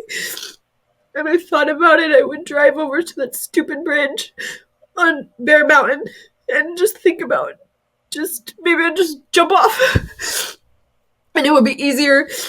And I told her that, and she totally like just brushed it over and was like, well, thank God you didn't, like that. Like, just really cold. I was not okay. I felt like I really felt like I died. Like, it felt like death to my soul. And when I came back, and then the fact that Daniel Lee didn't even tell me himself. He had Rebecca do all this. He never spoke to me after that. He was instructing her what to say. And when I came back, he never spoke to me until one of my later on group leaders made me go talk to him. He never explained anything. And I had to come back and keep second Passover, and it was like the worst kind of shame, because everybody knows. Because I was like one of 3 people that were keeping the second Passover that day. Everybody knew that there was something wrong, because I was in all these missions, and then all of a sudden I disappeared. for a month, and then I was allowed to come back, and I was never the same again. I couldn't look at them. I was so hurt because I felt like so mistreated, and I felt like I was treated like some kind of whore, or like I did some. And I know for a fact that there are church leaders that have had full-on affairs, and they just get moved from one church to another, and they are allowed to stay in the church, and that is just so. Where is that justified? Like, and here I am, this sister that has I gave my life for this church, and I talk to a brother. Yes, it was. I admit that I was wrong I should not have had certain conversations with this person who was married. That is wrong. That is inappropriate. But that punishment did not fit the crime at all. And the way that it was handled was horrifying and horrible. And the fact that he didn't get punished at all was another just like slap in my face. I just couldn't understand. Like, I know, like, at the point, I was trying to justify it to myself. Like, Cory, you are a sinner. You deserve this. You know, all the same rhetoric that we're taught. Like, you deserve it. You know, you should be in hell. Like, all this. So this is your punishment. You know, da-da-da. But I couldn't. It was somehow, it just didn't. This time, there wasn't enough to justify. I couldn't find something. And when I came back, I was never the same. And then when I came back, and they tried to like expect that I was just gonna like jump back into it, I was put on a new group with Cassandra. She's a missionary there, who's very intense for no reason. And she gave me this whole plan about how I was gonna snap back in there and be this gospel worker that I was once before. And like how she wanted me to start with "We love you" again and start preaching and bearing fruit and blah blah blah. Gave me this whole plan that she made up for me. And I just, at that point, something in me was so different that I just started saying no to people, and I became like kind of belligerent. And I knew that from that point on that I was not going to be the same, and that there was no way that I was going to go back to that. And I just started being kind of a pain in everybody's ass, to be honest. Because I was like, no, I'm not doing that. Like, there would just be like, they'd be like, we're having a group meeting on Monday. It's at 10. I'm like, okay, I'm not going to be there. And they're like, what? I'm like, yeah, no, I got to get up at like 4 a.m. because I work in Manhattan. So I'm not going to be at a 10 o'clock meeting. No. Like, I just started putting up boundaries. Like, I was just like, nope. I'm not I'm not going to get close to you people. Like, there was just nothing. I just became totally different. They were lucky if I like showed up to anything outside of services, because I just wasn't I wasn't interested in any of it. I was so broken. I was so hurt. And the fact that, go ahead. No. It's just, I'm just thinking about why you are treated differently than other people. And I have a theory. Did you ever write, I know that you were mentioning that you wrote about the shaming that Daniel Lee had done to you in your letters. Mm-hmm. Were you writing about him in your letters to Mother often? Yeah, actually. So these letters that we know go to him, you know, or at least we can very strongly understand, especially after this story, that, you know, he gets a copy of some sort. Maybe because you were exposing him so much or complaining so much about him in those, that he had a vendetta against you specifically. And that even though you're at this like awful low, that's why, like, you know, he did it to you specifically. And even like you said, even Rebecca said, it was more than what you'd expect for the situation. I mean, it seems like it was a personal decision, not one from any sort of divine entity, but from a egotistical, small, spiteful man. I feel like that is a very accurate opinion. I don't know if you can have an accurate opinion, but you bring up a very good point, because oftentimes I was trying to have Mother intercede. and instead you were just exposing yourself to and then the that other makes sense. Can you imagine? I'm like, Mother, there's something wrong. Like, I know he's the pastor, I know he's but you gotta fix it. Like, you gotta change. Can he just have some love? And then here he is reading it, probably like fuming in his office. Turning red. Yeah, that's a really good point. So he's like, forget it, she's not keeping the Passover. Yeah. Damn. Yeah. And the other thing is, I did want to mention too, when you are shunned, you give up every connection you have in your life. Everyone, all you have is a church. That's your friends, that's your family, that's your coworker, that's your war buddy, that's everything for you. And then for everyone to suddenly ice you out and just you to be completely isolated. I was also, when I had moved away from Maryland to Virginia, no one in Maryland was allowed to talk to me. Like, it would have to be like one of the very like lower faith members who wasn't given the memo, but everyone else wouldn't respond to text or anything like that. And then as soon as I did leave 100%, now, nobody's able to talk to me. Nobody's able to respond. Even the ones that like I left and like, don't worry, like I was really close to this one brother out in Queens. Like, we grew up in the church together, and he's like, don't worry, I'm not gonna not talk to you. I hope you could come back, But right after those messages, there was never a response back. And I know it's so lonely feeling, and it's so painful.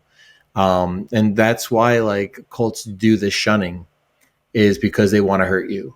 And they really did. Like, it's very effective. It's intentional, and it's awful, and it's really painful. And even though like you could leave and say, this church is false, this church is this church is that, you really think that you had something real with these people, and then it's all ripped away. And it's a really, really painful thing to experience. And I could only imagine, because it happened to you so suddenly, and not by your own decision, but because of some punishment that they were putting on you. So yeah, I definitely empathize with that. But I'm happy that you got through that situation. And I think that the time away, the time that they used to punish you, actually helped you. Because if you look at like the story about Stephen Hassan, the way that he was able to really wake up from his time at the Unification Church, the Moonies, was after he was in an accident and he had time away from them. I think when you came back after your time away, you started to set up those boundaries, because you started to realize that this is crazy. This organization is crazy expectations over you.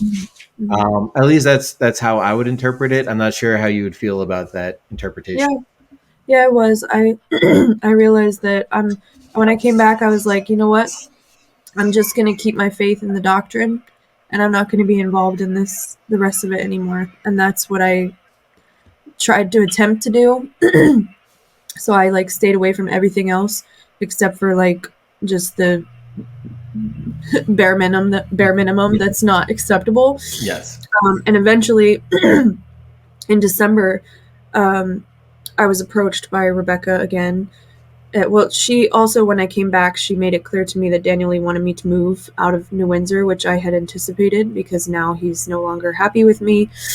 And now I'm a problem, so I need to leave. That's one of his other MOs. He likes to just send people away when he doesn't like them anymore. So he gave me a list of like 5 or 6 churches through Rebecca. By the way, we never had a conversation after this, really.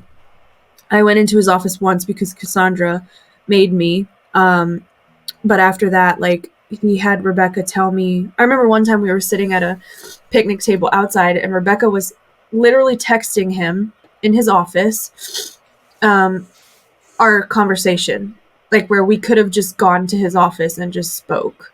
But she was like, so pastor thinks it's better if you go start over the gospel work somewhere else. And I was like, okay, can I go to First Manhattan? Because I work in Manhattan and I had a really good job. And she's like, well, let me check. And so she texted him. And then she would get a response. And he said no. I was like, would that make her happy? No. Yeah. Yeah. And he was like, why does she want to, he said, why does she want to go to First Manhattan? And so she was like, why do you want to go? And I was like, well, my job is there. And so she goes, her job, pastor. Like, we're having a conversation. He's like 50 feet away. Yeah. And he's like, she doesn't believe father and mother can get her a job anywhere. And I was just like, at that point, I was just like, I'm not going to give up my job. Sorry, man. And anyway, he gave me a list of 5 or 6 churches that I was allowed to go transfer to, which were like Syracuse, Rochester, Boston, like way mad far away from him. And I was like, well, okay, that message is pretty clear. And I was like, okay, well, I'll do this. I'll put my resume out there, but I'm not doing much else than that. I'm not going to actively, because I don't have money to move. I was like, do you want to give me money to move? Because it costs I was like, it costs money to move, and like a deposit, like that's a lot of money that I don't have. So it's going to take me a while if you want me out of here. And she was like, that's fine. We just want you to start over. Blah, blah, blah. So then anyway, fast forward to December, she pulls me aside again and she's like, so I know that you've been this was after I like really started stopping anything else in the church. So she pulls me aside and she's like, so I just want to give you, we just need to talk about the living situation. And, you live with sisters, and living with sisters in a dorm is the privilege of a gospel worker. And since you have made it clear that you don't want to be a gospel worker anymore, then that privilege is no longer given to you. So you have an option. You can either stay in your apartment, because the apartment was in my name, and I will move the rest of the sisters out, or so that you can live on your own, or you can leave. So you can decide that. And I just looked at her and I was like, don't worry, I'll leave. I'm out. Like, bye. And I said, but I'm going to go to Belleville because I'm not giving up my job. I don't know what to tell you. So, long story short, I got a place within a week and I was out. And I went to Belleville. And Belleville was the last church that I was in from January of this year until May after Pentecost. And right after the afternoon service of the Pentecost this year was my last service that I kept in the World Mission Society Church of God. And that was in... And when you decided to leave, wow. Oh, go on, Jordan. Sorry, you said the last service was in May that you kept? Mm-hmm. Okay. Yep. May of this year, so pretty recent. But it was a lot of things that were I just couldn't let go. I couldn't. And they'll use that. They'll be like, see, she I just know everything they say. I know exactly how they think. I played the game for 13 years. I know the game. So anyway, I don't care. But I couldn't. I was so hurt by all of it. Like, everything added up, and I was just like, I can't go back here. And every time I'd go back, I just felt like more of a sinner and more of a sinner. And I had met somebody, and I was dating, and I felt like I was living this double life anyway. And I was like, I knew the other thing that bothered me was I didn't like being a hypocrite. And when I was in the church and I was in it and I was giving 100% and everything I ever had, it was never enough. Ever. Never enough. So even now, when I'm just coming to keep the Sabbath service and the third day service, that's definitely not enough.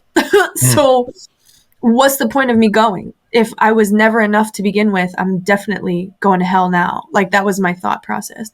And now I'm living this double life anyway, because I'm not supposed to be dating a Gentile. I don't have permission, all sorts of stuff. So after Pentecost, I was like, I don't want to do, I can't. I just was like, I'm not coming back here. And so I stopped going. And it was very hard because this was years in the making, really. Like I realize now that my mind was trying to distance myself from it because you can't just leave right away. And I still believed in the doctrine. I had every intention to go back eventually. Like I wanted to leave New Jersey and New York, and then I was going to go back and like maybe start over at one point and just keep the services and mind my business, you know. And then I heard he got a promotion. I was talking to the deacon that I used to work with at the We Love You Foundation, and we would trauma bond all the time because we'd talk about the things that hurt us. And I heard that Daniel Lee got a promotion, and he's like, yeah, but now that he has a bigger title, he's going to be judged more harshly, and he's going to be held accountable, and blah blah blah, because they try to spin that. And he also tried to justify, like, he's like, he didn't know it was going to hurt you.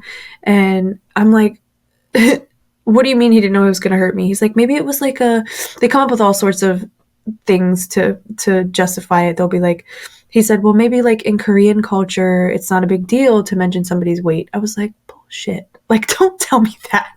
Like, that there's no other reason for him to do that other than to intentionally inflict pain on me, and he did it.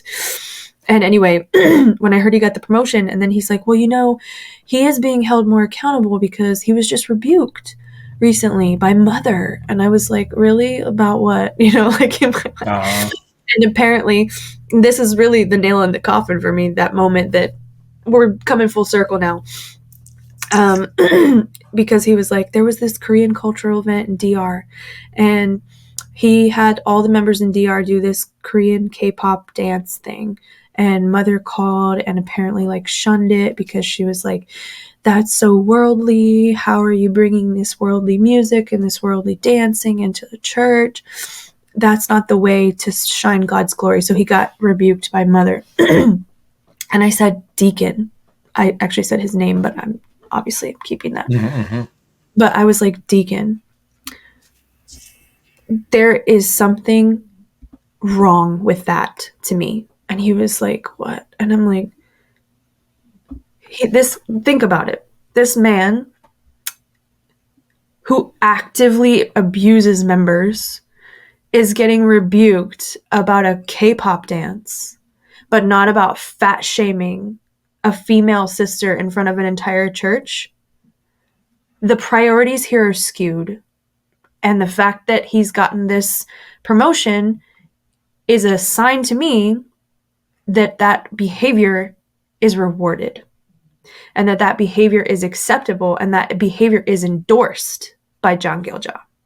That's what that meant to me. And it became a slap in the face. And I was like, I don't want to hear it. I don't want to hear it. I am done.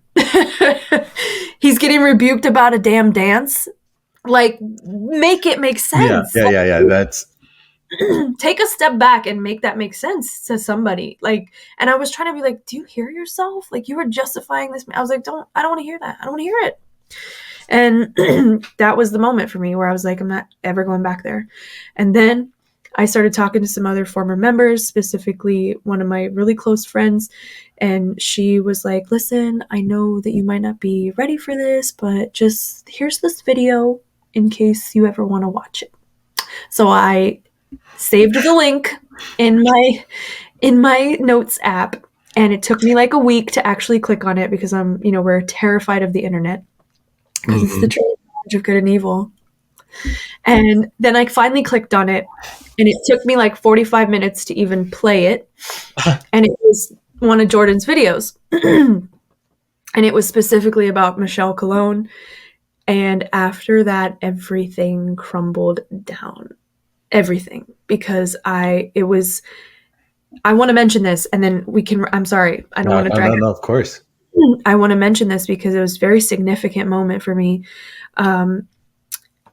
This specific video was about Michelle Cologne and her court cases. And I watched from the mouth of John Power admit that the church actually sued Michelle first.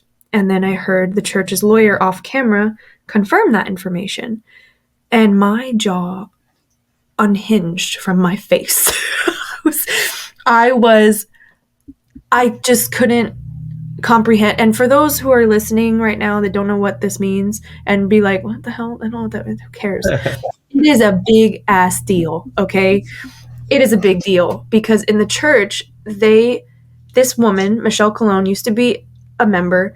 She left, started a website, and started pointing out some discrepancies in the church.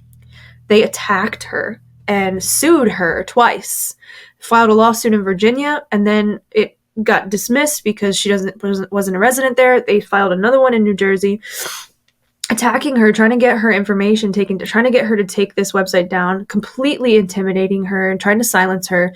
And then they started this whole smear campaign in the church to us, telling her that she was like this public enemy number one, this Satan, this demon in the flesh that's out to get the church because her husband divorced her. Like, she's blaming the church. Like, she's this like Jezebel lady. Like, they just make her out to this horrible person.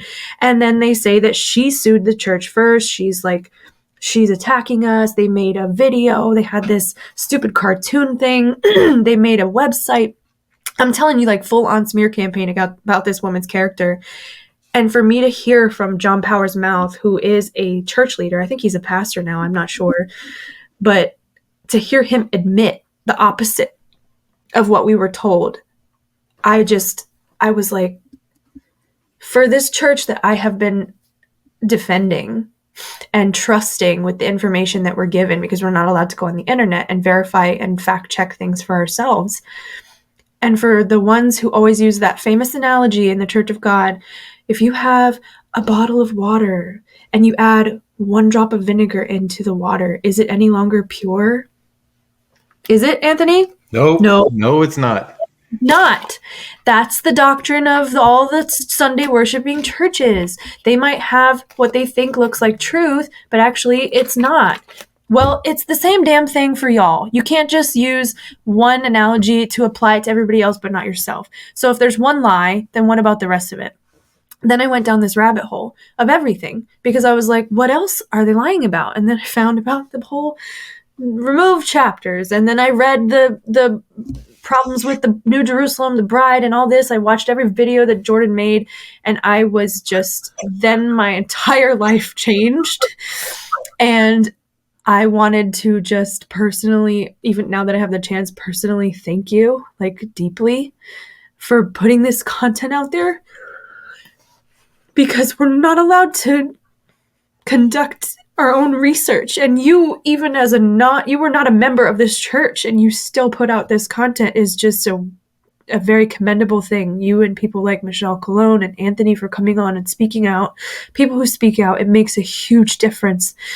It helped me so much. And that's also what my inspiration for doing my own thing, because I feel a sense of responsibility to pay it forward almost, to join this arena and create another platform to help other people, because you never know what one little thing is going to help somebody. You probably had no idea that little tiny clip was going to change this person's life that you didn't know you were going to meet later, like, you just don't know. So there might be one little thing that I have to share that might make a difference for somebody, or even like, I just feel this sense of, and also I am angry. I'll be honest. Like, I defended this church for 13 years, thinking that this was right and trusting everything that they gave me and said to me, to know that it was all built on lies and deception.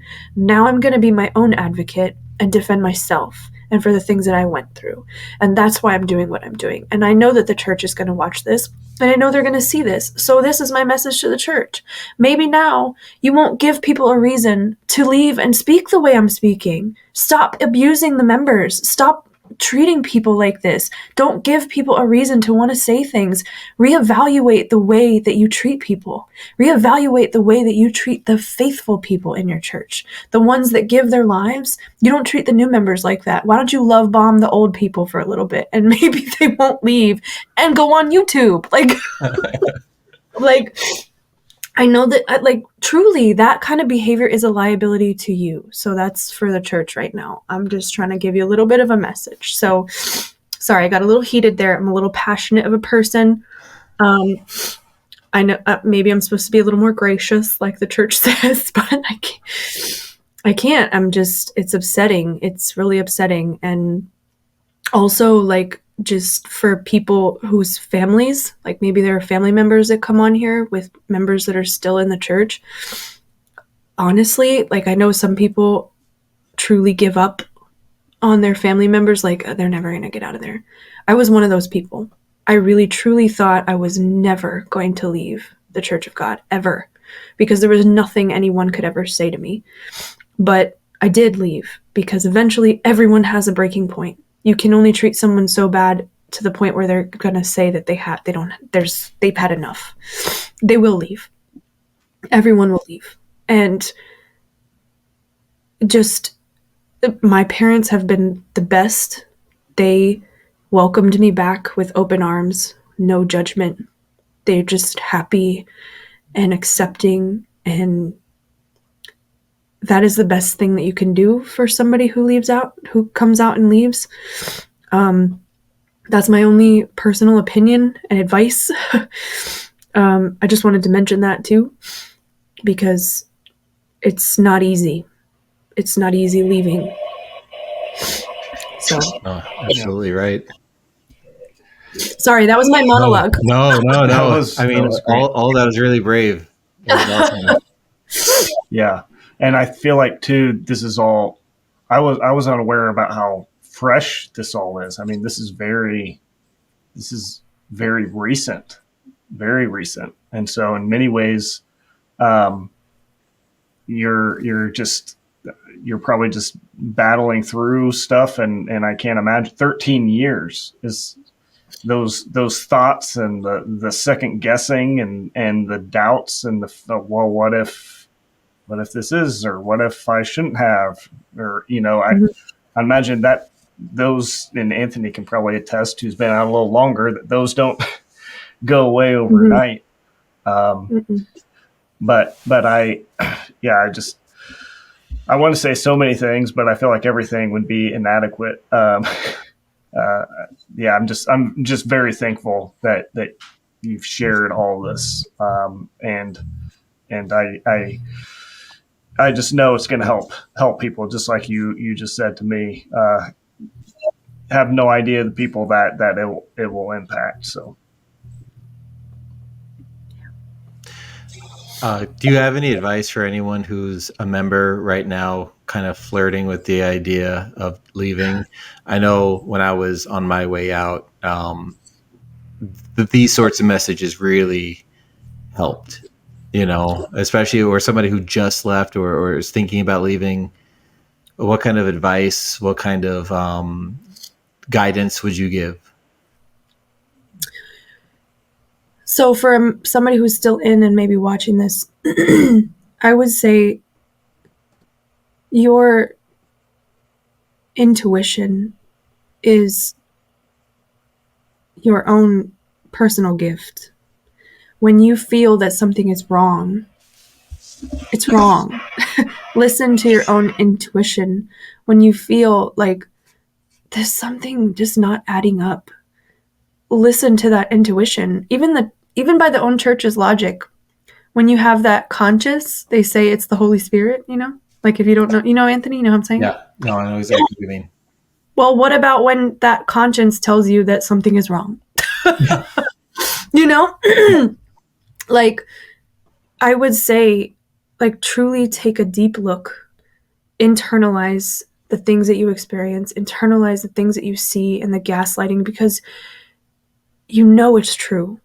I'm about to quote Star Wars, but like, search yourself, it to be true, like, for real, like, you know that they talked about 2012 and then they denied it. You know that they have abortions and then they deny it. You know they split up families. You're split up from your family. They deny it. You know that they do arranged marriages and then they deny it. But they make you also gaslighting. It truly internalize what you're seeing and what you're experiencing because it's real. It happened. It's a real problem. This is a problem. And life is not over when you leave.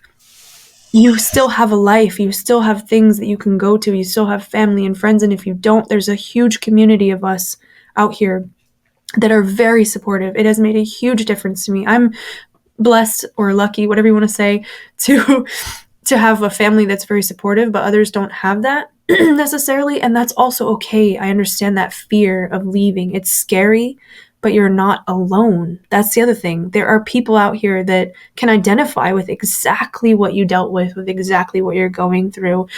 And we have a whole support group. Like, they're wonderful people that's one good thing that I'll give the WMSCOG. I have met the most wonderful people who some are still members that I hope to meet again on the other side. And also either former members that I would never have met otherwise. So that's one thing I can give thanks to the church for, but really, truly, you're not alone. And there is light at the end of the tunnel, as cliche as that sounds. And there is life outside of this. And you're not going to die. You're not going to go to hell. And the fears of the end of the world and all of that, sure, maybe the world will end one day. Everything is temporary. Everything has death. But it's not going to be because a few Koreans said it would.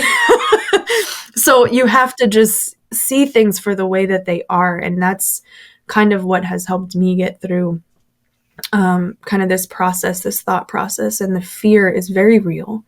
But also the other things are very real. You can't negate the other things that you see because of this fear that you have. So that would be my advice to people who are thinking about leaving. Intuition is powerful. Don't ignore it. Yeah. Yeah. Just like when you walk down an alley and you're like, following me, I gotta run. Do it. Anyway, Run. sorry. Run. Yeah. Yeah. Yeah, I was just gonna add just that the fears and the doubts and the torment that I'm sure ensues after leaving on a regular basis, it will get easier. It gets easier over time. I mean, whether it's with this particular situation of leaving this cult group or another one, or time heals all things, the cliche saying, and so it will get easier. And so it's just that, the hardest part is going to be that initial part. And then it's just going to be a process of reshaping the way you think about yourself, about the world, about the people around you, hopefully even about God, for those that are still wanting to figure all that out, because I can guarantee you what the version of God that you've been handed, God doesn't look like Daniel Lee. If you want black and white, contrast, like, go look at Daniel Lee, and that should go without saying. But yeah, it will get easier, and so I think just taking that step, it takes some bravery. But yes, there is also, like you said, a growing, rather quickly growing community of people. There are many people on the outside who would be more than happy to talk with you, walk you through questions, whether you want to do that privately in a phone call or email, whatever you're comfortable with. And so there's help out there, there's support out there that you can find. And I know we'll probably bring it on screen a couple times throughout this video, but if you can reach us at WMSCOG answers at greatlightstudios.com. But that's an email setup that I don't monitor as much because I try to keep track of the main Great Light Studios email, but we do have Anthony and Edgar, some former members that help monitor that and respond to emails. So if you do want to get in touch, that would be one place to do that. Also, you can do it anonymously. I know it's really scary and fear, and I can attest because I actually reached out to Jordan anonymously with some fake Instagram account because I was afraid. And then I reached out to Anthony. I was so scared. And then, but the community is so welcoming and like it's fine. We get it. Like you can be a little shady at the beginning if you need to. There's no judgment.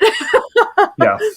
That we have a lot of people that's very normal. I would say I haven't counted them all, obviously, but I'd say probably the majority of members, especially recent people who have left, they usually always email under a false name.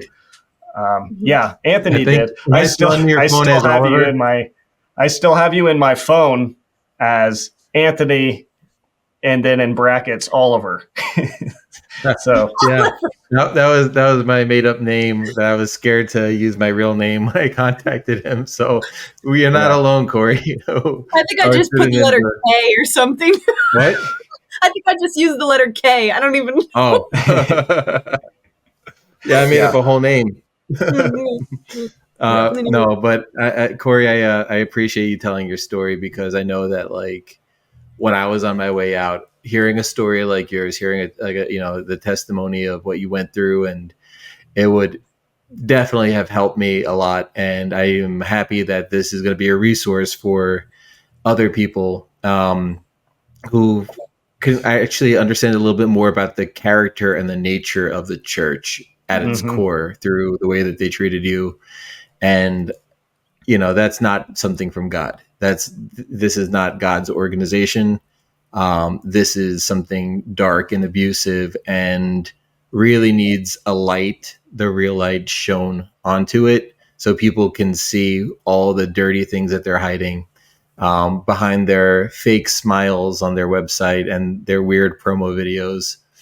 So I'm really thankful that you're helping shine that light on this organization. The Great Light Studios. Yeah. There you go. Yeah. And Spotlight.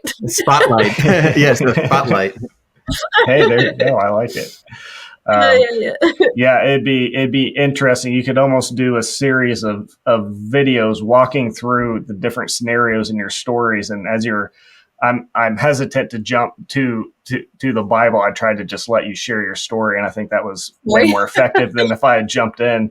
But you just so many instances where the way that last part and how they handled that situation.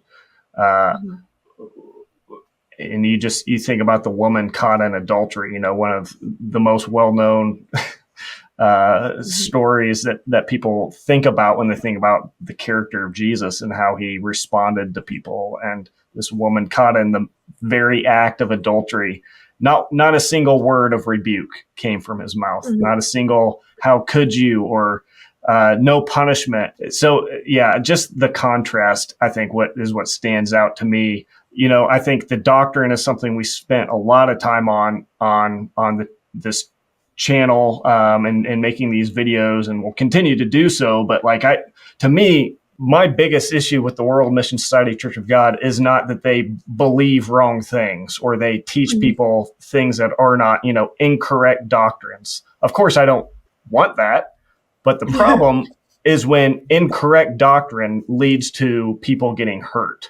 And when belief systems and religious structures are formed in such a way where it leads to people being abused and manipulated and used for the advantage of somebody else that's in a position of power, and as cliche as it's going to become, because the Pharisees is sort of just this easy go-to religious insult sort of thing. But I mean, I would just say again, just listen to the story of Cory and ask yourself, does the behavior and the characteristics of the leadership, the Daniel Lees and the other people who were in positions of authority over her. Which character, read through the New Testament, which character do they most accurately reflect? What do they look the most like? Do they look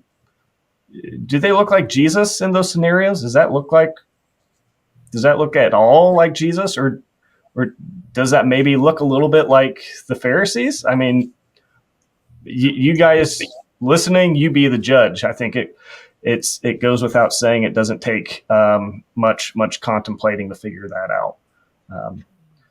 But yes, so thankful, and maybe we can get you back on sometime in the future to see how things are going in the next several months. Really, anytime if you have something come to mind you want to share, you're always welcome to come on. But I did have one last final question, probably the most important question we'll ask tonight. What's your favorite Star Wars movie? The first one, New Hope. A New Hope. Nice. Yeah. I'm like original trilogy. You know, but I'm a happy Star Wars fan. You know, well, I have my qualms with the sequels, but we don't need to get into that. Right. Yes. Yeah.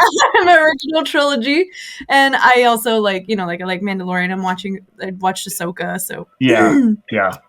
Nice. Yeah. Awesome. Good and answer. I just went to Comic-Con. Yes. Oh, did you? Oh, so, cool. Yeah. That would be fun. That would be fun. I dressed up as I was Venom Rex, the Spider Rex, like the giant.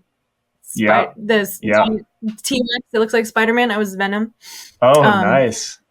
My boyfriend. So we were walking around and dressed up like that. It was really fun. It was my first Comic-Con, so. I've never been to a Comic-Con, but one of these days, I'd like to go. Yes, it is like nerd heaven, and it's like a billion people that also like nerdy things. It's just great. That's awesome. Right. Do we end with the Boom Baby, or is that a different show? Yeah, what did you say? Do we end with the Boom Baby, or is that a different show? That's a different.